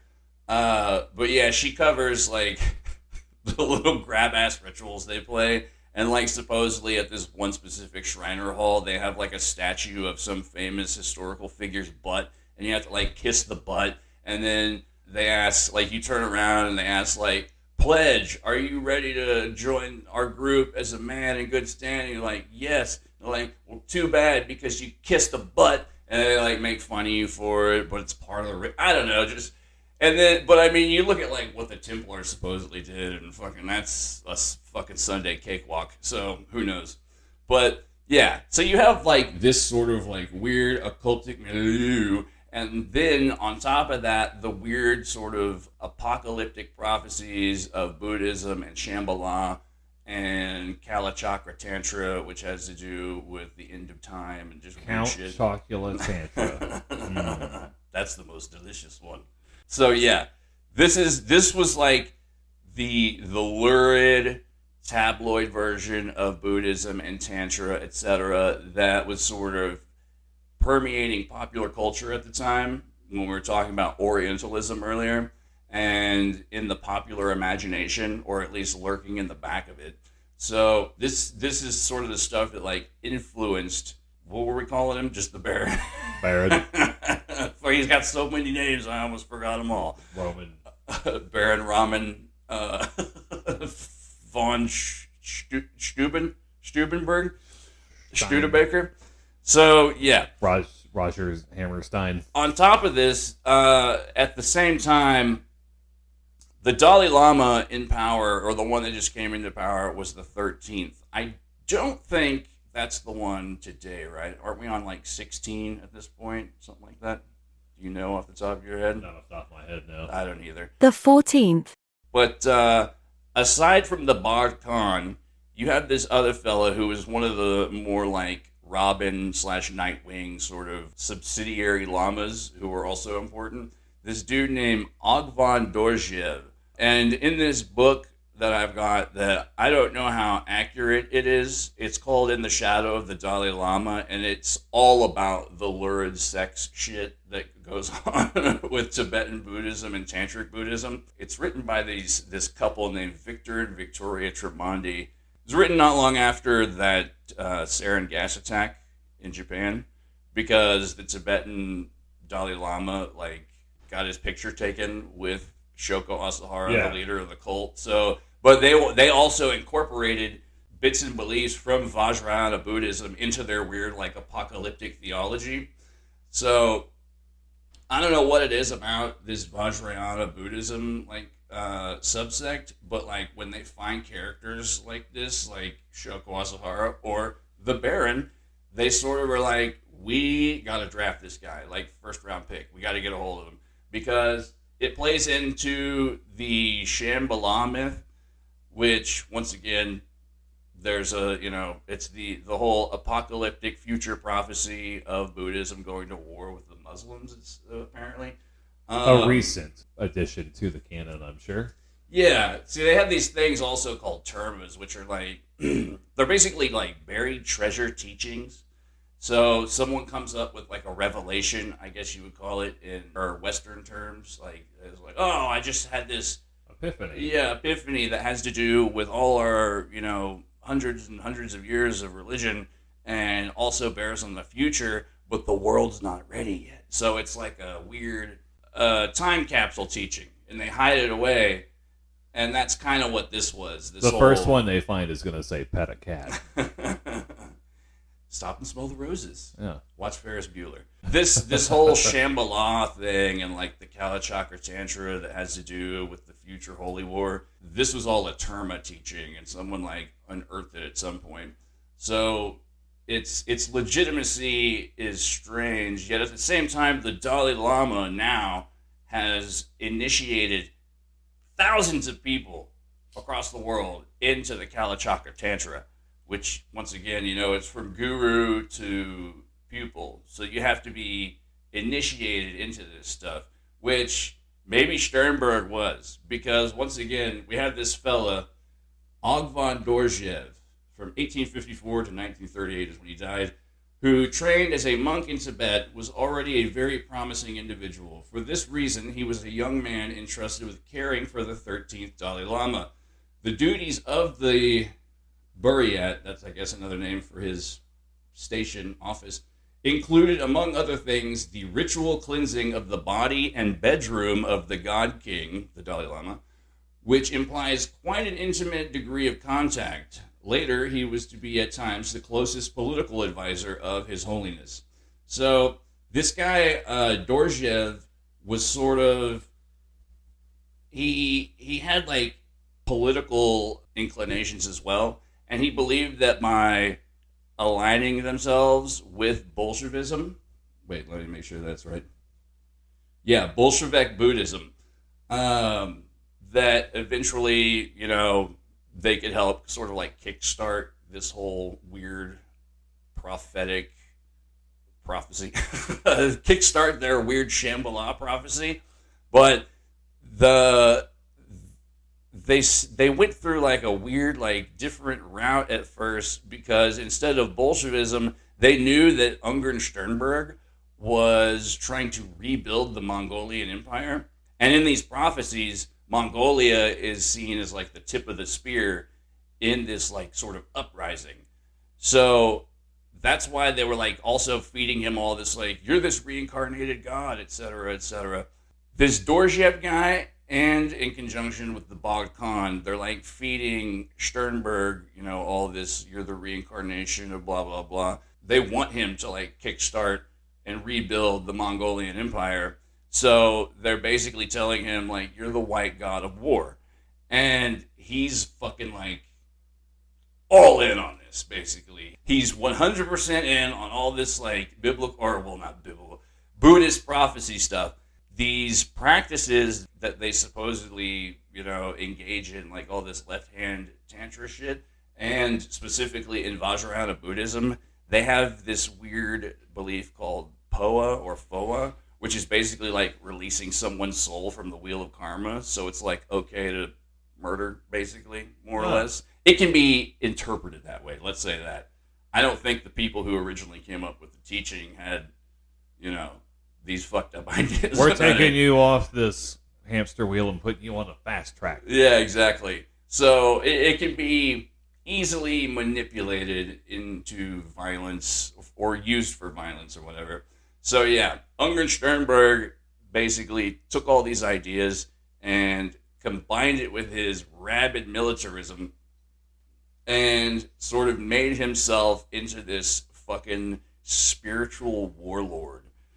So that's why, we made the comparison with Vlad Dracul, or who was it, Ra's al Ghul. I just realized those rhyme. But yeah. The guy, I don't know, it's just a fucking, like, monstrous mix. And this dude, he very much played off of the mythology that he was being fed. He even kind of, like, played around with the supposed, like, yeah, my dad was a Yeti. Like, he was probably just fucking with people. Oh, yeah, well, I mean, if you want people to be afraid of you, you have to throw stuff out there. You got to be feared and respected. Yeah. So, like, I don't know, just the level of weird, apocalyptic, Eastern religion. Basically, this dude, like, there's a term from around then. I don't think people use it still. I would hope not, at least. But I'm sure you've heard it before. Yellow peril. Never heard it? Not familiar, no. I only know it because I read, like, old pulp heroes like the Shadow and shit, and like you always had like Fu Manchu or like these racist like caricature stereotypes of like an inscrutable Asian supervillain. Basically, Ungern-Sternberg was co-opting that, but as a white dude. So like he was like, yeah, like this was a sort of archetypal idea that existed at the time in popular culture. I don't know if you knew anything about the popular culture part of it, but the term yellow peril was very much a known quantity. Like, you know, you had the Opium Wars not long before this, and the Boxer Rebellion, and what do they call it? The White Lotus and all that shit, the Yellow Turbans, etc. This was like when the West found out about martial arts, basically. So there was like a whole, and then of course the whole Eastern mysticism and Eastern religions thing we mentioned earlier. Like all this sort of built like a weird socio-cultural, let's say, headspace in the West. And Ungern-Sternberg was like, I don't know how aware he was of all this, as far as how it existed, like, socioculturally and how it was, like, showing up in media and stuff. But he very much was totally hijacking this idea, maybe without even knowing it, you know, like, it's the whole sort of chaos magic idea. Ride the snake. Yeah. Buy the ticket, take the ride. So, yeah. The idea that there's this white Fu Manchu who, while World War I is raging, is going to revive the Mongolian hordes and become the new Khan. I don't know.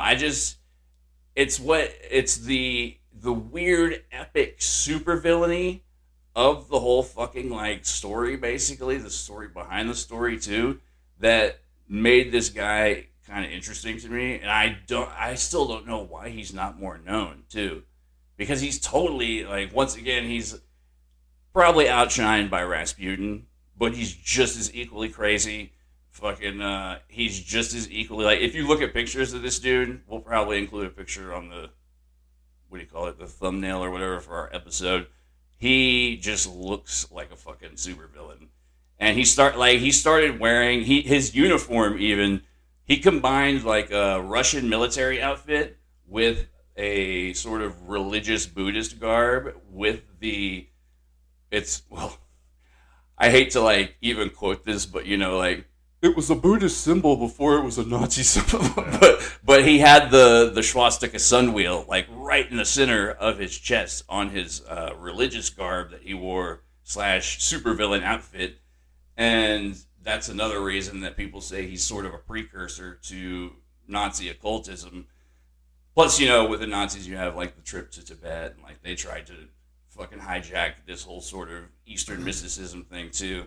Because Tibet has always been like as far as the West is concerned, the center of all magic in the world, sort of. Like, there's supposedly, you know, enlightened super monks who live in Shambhala, and they, like, control the world with mental powers, and you have, like, the secret chiefs and all this shit. It's a reoccurring idea in occultism. Even in today's popular culture, it's still a place of mystery because not a whole lot's known about it. Yeah. And, you know, it's pretty far away. And even back then, you see a film in a movie theater about something going on far away, and you get 30 seconds of it, and you get the exact cut that person filming it or that company that made it wants you to see. Yeah. And there's always the same like recycled like archetypes and ideas. Like, and then like the shit they'd show. Like I mentioned The Shadow earlier, you know, like the shitty Alec Baldwin movie, whatever. Like, it's okay, but you know, Shi Wan Khan, his bad guy in that movie, that's just a Fu Manchu. Like, it's the same, you know, and all the like magic powers and shit. The ability to cloud men's Indian minds. Rope trick was fucking all it was. I know what it was. They just played it in reverse. That's it. That's the whole trick. Yeah, that's it.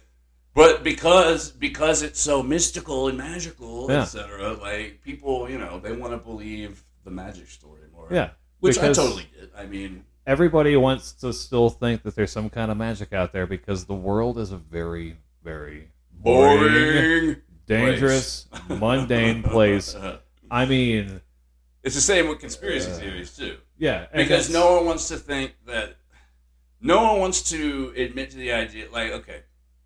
That it happened because someone's dumb. Yeah. Or it's, you have groups like the CIA because every conspiracy theory has, like, this monolithic fucking supervillain group or guy or whatever organization behind it, because it's always more easy for people to accept that there's, like, some kind of evil plot afoot other than just random chaos and bullshit. Or ignorance and negligence being the fucking number one killers of men and civilization, as opposed to some, secret organization of dark monks and drukpas that live in fucking Tibet or Shambhala or Agartha. Exxon Valdez clearly was a conspiracy by the Iranians to destroy a ship. It had nothing to do with the guy that drank a fifth of vodka. They put the Shah of Iran in a cannon and shot him right at the fucking boat. No, yeah, and I don't know. I mean, once again, I believe in conspiracy theories, Like, I don't necessarily believe that they're true. Well, yeah. I mean, I have my own. You know what I'm saying? Yeah. Like, I have my own ideas about things or whatever. It's like I mentioned, like, the other day or the other episode, like the lottery. I don't necessarily think it's real because, never or at least, the big Mega Millions part, at least, like where is all that? Who's winning it? Where is this person? Who are they? I don't know. Don't know anyone who knows one. I don't know. There are conspiracy theories that I think are a little bit more plausible. Yeah, like certain people start dating right before a concert tour or a show or a movie comes out, or like a certain NBA team, it looks like they're about to win the finals and then they lose a game, but then they come back and win it, or so they can sell more advertising space and shit. Or even the one where, what was it? Oh, we were talking about this it was like a decade ago. Or like, if you ever go into a bar and see a celebrity and they're smoking. Yeah. There's a really good chance that tobacco company probably paid them to smoke that brand of cigarettes. And that's why Jim Carrey said smoking in The Mask, to get kids smoking. Yeah, are you or smoking whatever. Yet? Yeah. Cigarettes. I mean, there's like that's like a believable thing. Or even like man, it's been on the radio for like the last fucking week. I'm sure everyone is like, oh yeah, this conspiracy is fucking great. That Taylor Swift and Travis Kelce was put together by her record label in the NFL to put together like a Frankenstein's monster. Yeah, they're gonna make. That'd be cool. Yeah, they're a couple now. Their power name is Trailer. They're a two-headed. Yeah, and great at reception. Can't get Trailer smash. Yeah. It's fucking Taylor Swift. Who gives a fuck? Yeah. And Travis Kelce. Well, like all the congratulations, you knocked down a piece of ass. Oh my god.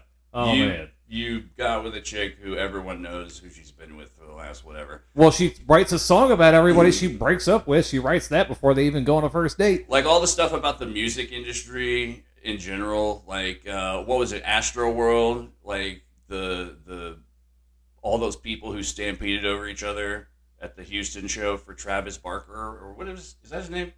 The drummer? Oh wait, I'm Travis the rapper. Travis Scott, you big ass cracker. I don't know. I don't either. I remember people were probably screaming it, but yeah, they're banging on their dashboard right now. I don't listen to the radio. Anyways, yeah, Astro World, that concert in Houston where they had like when you enter the grounds or whatever, it was like a big demon monster face, and then people got trampled because people are assholes. Yeah, but a bunch of people took to social media and said, it's because it was a sacrifice to the Illuminati, etc., etc. I don't know. It just... I'm not saying it doesn't happen. Yeah. When the police come out and they're like, we've found all this evidence that points to this tragedy being evidence of Illuminati undertakings. Like, one of my favorite... I won't say favorite. Like, the host kind of irks me. Does anyone out there relate? Anyways. So, the host kind of irks me, but, like, he tells all these, like, paranormal stories, and he basically like delivers them all like as if they're real. But no, I mean, it's all like stuff off like Reddit, like it's anonymous people telling their story. There's like no follow up. There's no it's like every video of a Bigfoot.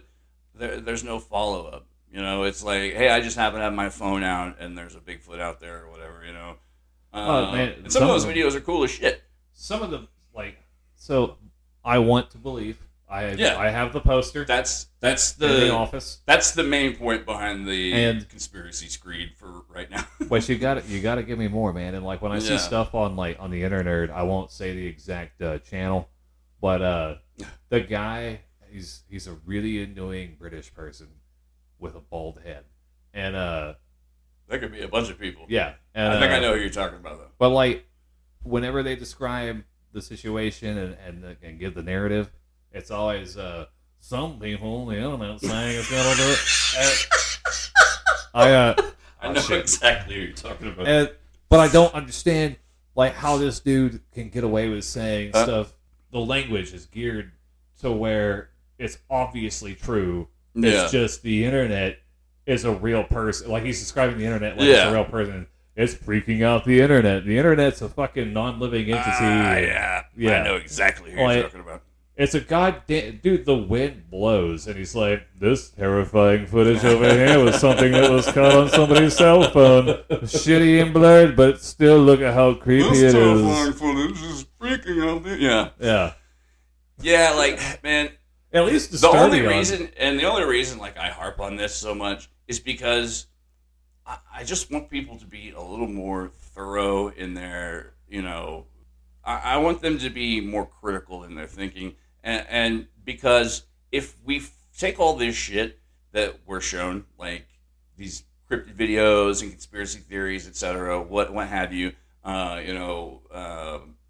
research in the paranormal, etc., like even if we find that 1% of it is verifiable and true, you know how fucking big that is? Like that opens up. Yeah, it opens up so many fucking vistas. Like if we could prove, we prove there's a ghost, that proves there's an afterlife. It proves there's something else going on. Yeah, I wouldn't necessarily say it proves an afterlife. Well, yeah, like that there's a potential that you can become a ghost or whatever, etc. It could prove that you can project yourself on the astral plane. Yeah, I mean, it's the potential ramifications of certain information that I feel like no one really thinks about. They're not, they're not like looking at the 2-3 steps ahead. And see, it's just the instant gratification of the fucking weirdness. You have, which I get. Like, I love weird shit, but like, you have your. I want the world to change. I don't know. It's just. So earlier you mentioned that we have an in-the-field reporter. We also have another in-field reporter. Oh yeah? Yeah, Rondell Charcuterie. Oh man, that guy. And he actually sent us some emails of some haunted places that he probably wants us to share. The first picture, if I can pull it up here, is he says that it's an orb in a dust factory. Okay. And I don't know if you can see that. I think I've seen that video. Yeah. Many times. And then he's got a second picture here where he claims it's an actual Bigfoot, and it's like a tape measure with somebody's foot. I don't know what the fuck's going on there. That is indeed a big foot. I agree. Caught on tape. Yeah. Why? There's Scotch tape. Why is Rondell sending us this? This makes no fucking sense. I think hiring him was a holdover from some other mistakes that were made. We'll get him in the studio at some point because you just have to fucking hear this guy talk at some point. And there was a further development in a particular murder case that I've kind of been following. It's pretty much been called the Delphi case. I don't know if any of our listeners are familiar with it. Once again, we've said it many times before, we're not a crime podcast, but man, I love true crime. I think you're kind of in the same boat to a degree. This particular case was known because it was two young girls, Abby and Libby.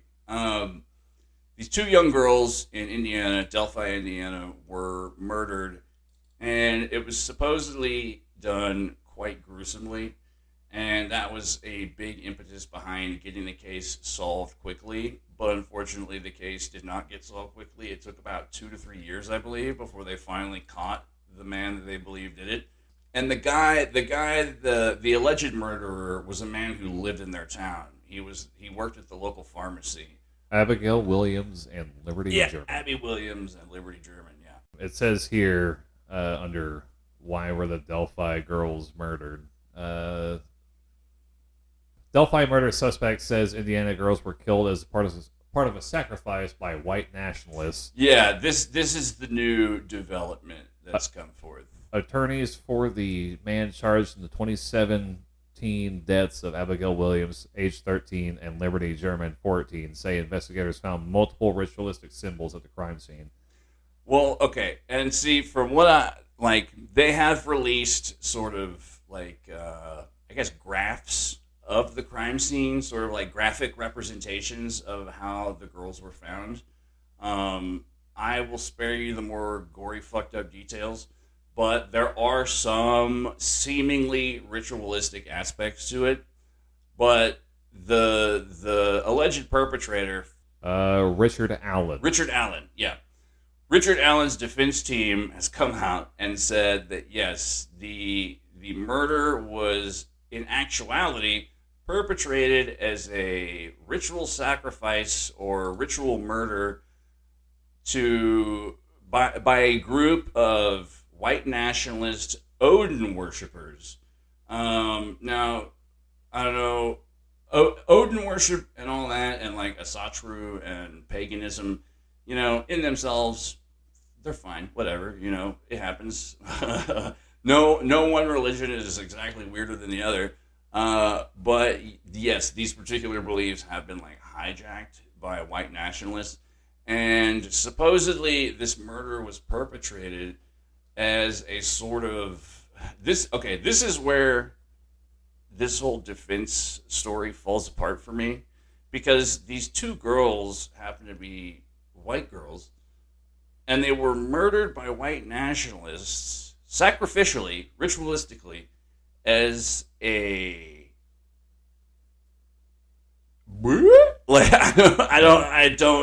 that's where it falls apart for me. Supposedly one of the girls' moms or stepmoms was dating outside her race, so it was like a revenge killing. That seems a bit of a stretch. I don't know. So I'm looking at this. It's an article on Fox News. On Fox News, so we know it's fair and balanced. Clearly, they're showing this picture, cell phone video image and sketch of prime suspect in murders of Abigail Williams. That's why this case was also famous, is because one of the girls got cell phone footage of the alleged perpetrator on her cell phone, and there was also audio recording of the alleged perpetrator saying, "Guys, down the hill." And that's what sort of made this case more famous. Well, this guy. Also, if anyone knows white nationalists, it's Fox News.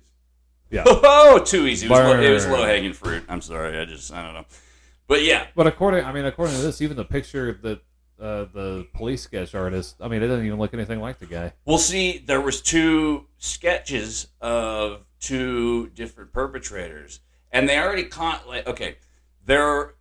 supposedly these girls were at the park to meet some guy who they'd met online, some younger guy, but this was a catfishing account that was being used by a fucking disgusting pedo who's already been arrested and thrown in jail. But that's just one of the more weird things about this case that's thrown into it. This whole case is just so weird, man. It's very strange. And if it wasn't strange enough already, then you have this new development. The defense team is trying to throw out about the whole white nationalist ritual murder thing. It's very weird. The defense's strategy is strange, to say the least. Yeah. I don't know. It falls apart at some point. Well, see, there's even in this article here they discuss, quote, a search warrant resulted in the discovery of a blue Carhartt jacket, a Sig Sauer P226 40 caliber semi-automatic handgun. That's another weird thing. Sorry, go ahead. At a 40 caliber S&W cartridge and a wooden keepsake box from a dresser between the two closets. The handgun recovered at Allen's home was consistent with a 40 caliber unspent bullet that police found on site at the murders. Yeah, that's another weird part about this because the girls weren't shot, but they found a bullet sitting around that's consistent with the ammunition that would be used in the gun that he owns.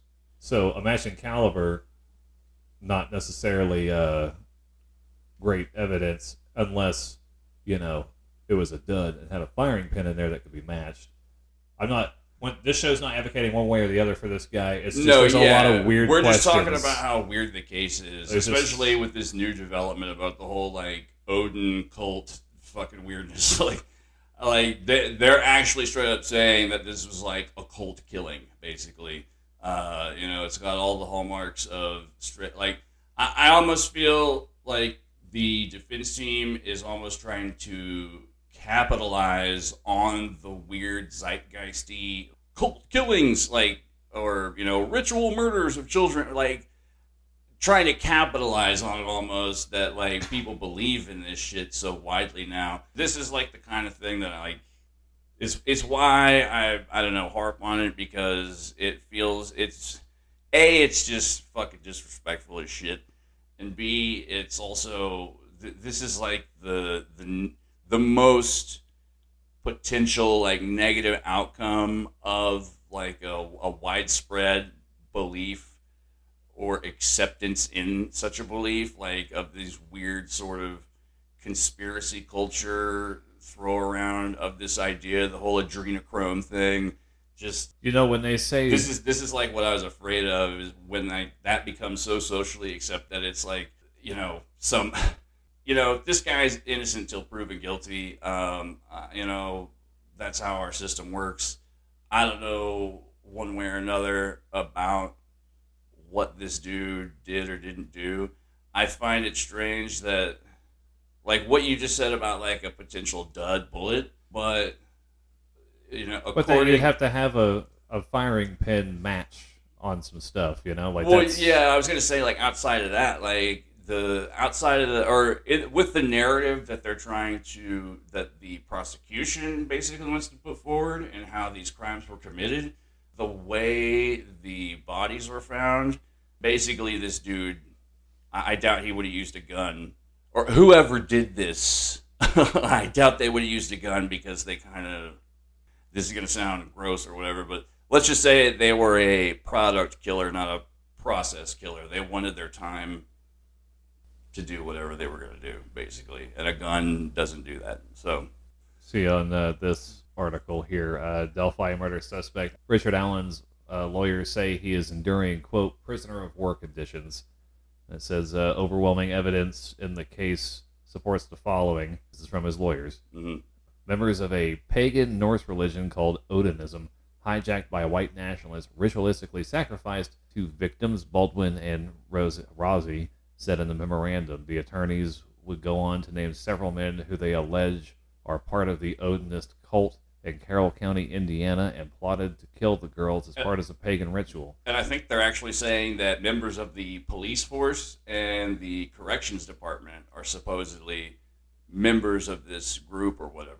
I could be wrong on that. I think I might have heard that on Court TV or something. I could be wrong, but it smacks of just out and out conspiracy. It goes all the way to the top. It's just I don't know. Somebody did some really fucking heinous shit, and I don't know. Just the idea that we have certain concepts floating around in our zeitgeist at the moment, it feels like this is just a cheap sort of smash and grab defense strategy that sort of plays off that. And I don't know, it's if it were to, I doubt it's going to work because it falls apart so easily. I don't know. I may be missing some information here, but it kind of falls. I just don't. It would all be speculation on our behalf, anyways. Because there's not a whole lot. I mean, for a while there, the .40 caliber round was a federal round. Mm-hmm. So a cop did it. But it's a popular fucking caliber, man. I mean, like, people like it because it's more powerful than the 9mm, and it's a little bit easier to handle than a .45. Yeah. And it's not as expensive. I mean, for a while, the price is right for that. Hell, one of your buddies had a Smith & Wesson .40, man, and I don't know anything about guns. They're not very. Well, they're not. I know they're fun to shoot. That's all I really know. I'm not a big fan of the .40 cal, but as far as like forensic stuff, man, I mean, you know. So basically, that round that was found at the crime scene, that's like a super popular. Yeah, it's up there in the same range as like 9mm. I know also that there was another guy that they were looking at before they closed it on this Allen guy who owned the property. I believe this is correct. He owned the property that the girls were found either on or adjacent to, and he was sort of. It says they were found on right off that trail. That's a popular hiking trail out there. Yeah, it's like public property, or it's like a public park. Yeah. But yeah, like it was close or adjacent to one of the earlier suspects. But like apparently that dude, the earlier suspect, this older man, I think he's died since then. But they were still saying like this guy is still like a sketchy fuck. Like he's not a good guy. He's kind of a bastard, and he's got or he had, I don't know, certain shit on his record. Let's call them pot marks. Yeah. Record there. Edward James Olmos face of a record. Sorry, Edward James Olmos. Stand and deliver. We'll probably keep tabs on that. Yeah, that was one of the, I don't know, it seems like every week, you know, there was the whole Mexican Congress with aliens thing, and then this. I don't know, it's like there's a weird, I don't know, precarious precipice to where it's just strange to me. Really, all this boils down to is me bitching because fucking I used to be like conspiracy theories and shit like that used to be like a niche thing, and now everybody's doing it, and now that it's cool, I don't want to do it anymore because I'm just a contrarian dickhead. No, it's just weird to see like the prevalence of it. I don't know. It's just a strange social shift. But I mean, as we've seen, you know, in our examinations of history, this is nothing new. I mean, it comes in waves, just comes and goes. I don't know.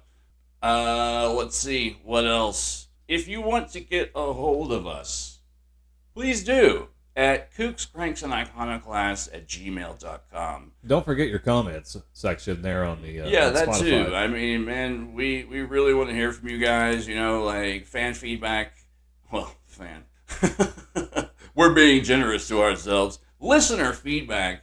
You know, it helps us know what you guys like and what you don't like, and how we can tailor the show to better entertain you without totally giving up our artistic integrity. So yeah, it just we like to hear from you guys. So yeah, please do hit us up. What else? Oh, so yeah, once again, all this month of October, I believe we have 5 weeks or 5 Wednesdays. We do this month. So yeah, this is the first of several Halloween-y episodes. It's the first of several Wednesdays. Awesome. So yeah, you're going to get a few more of these. They'll probably be a little better structured. We get 4 Wednesdays. Halloween's on a Tuesday. Okay, so the day after Halloween. Yeah. Okay. Well, yeah, we'll still kick out the spooky gems because, I mean, this is my favorite holiday, and some people have a birthday week. I have a Halloween month plus. Yeah. So yeah. Also, if you guys get some free time, I highly recommend checking out that movie, The Wailing. That Korean film. It's really weird. Not about killing whales, but wailing like, oh! Yeah. I know the movie you're talking about. It is pretty good. Brief synopsis there. The guy shows up in a town, and all these weird murders keep happening, and there's a lot of demons and witches and stuff. It's Korean, you said? Yeah. Okay, yeah. I remember I saw it a while back, but yeah, it's pretty good. It's got some.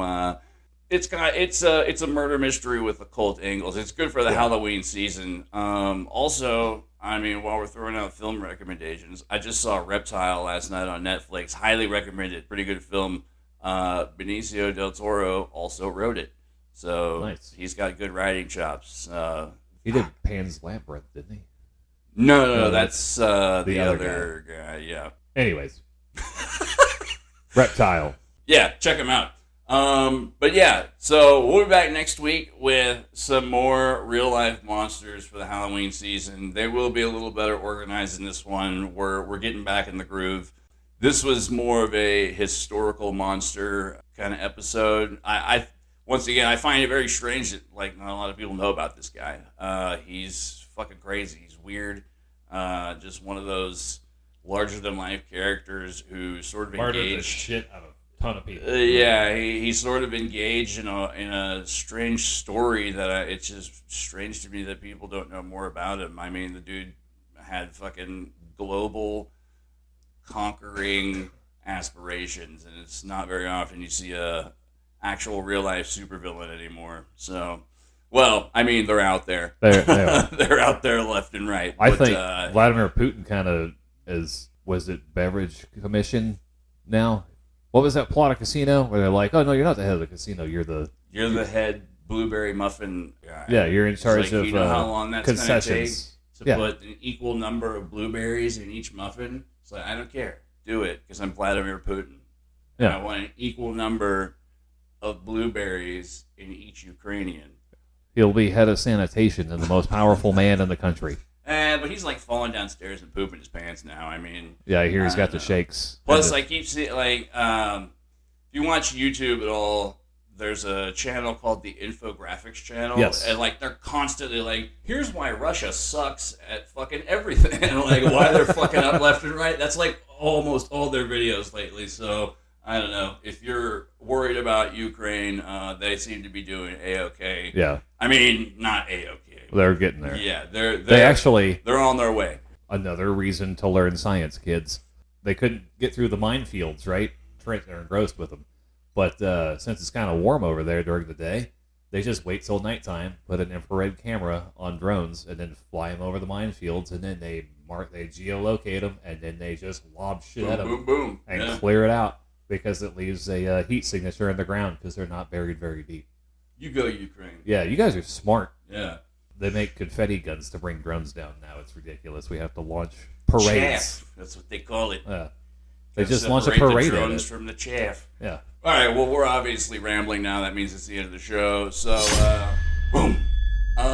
Yes, we'll be back next week with a whole new real life monster that you will definitely recognize the, let's say, social and cultural implications of this particular character that we're going to be mentioning and discussing, and if not, we will help illustrate.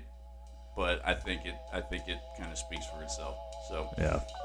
Tune in. It's going to get spooky. It's going to get weird. It's going to get crazy all month. This month. And just wait for our day. Yeah, we'll have our special correspondents reporting live from the field. It's going to be awesome. All right. And get a hold of us. Please do. Please contact us. We want to hear from you. Let us know how we're doing. How we doing?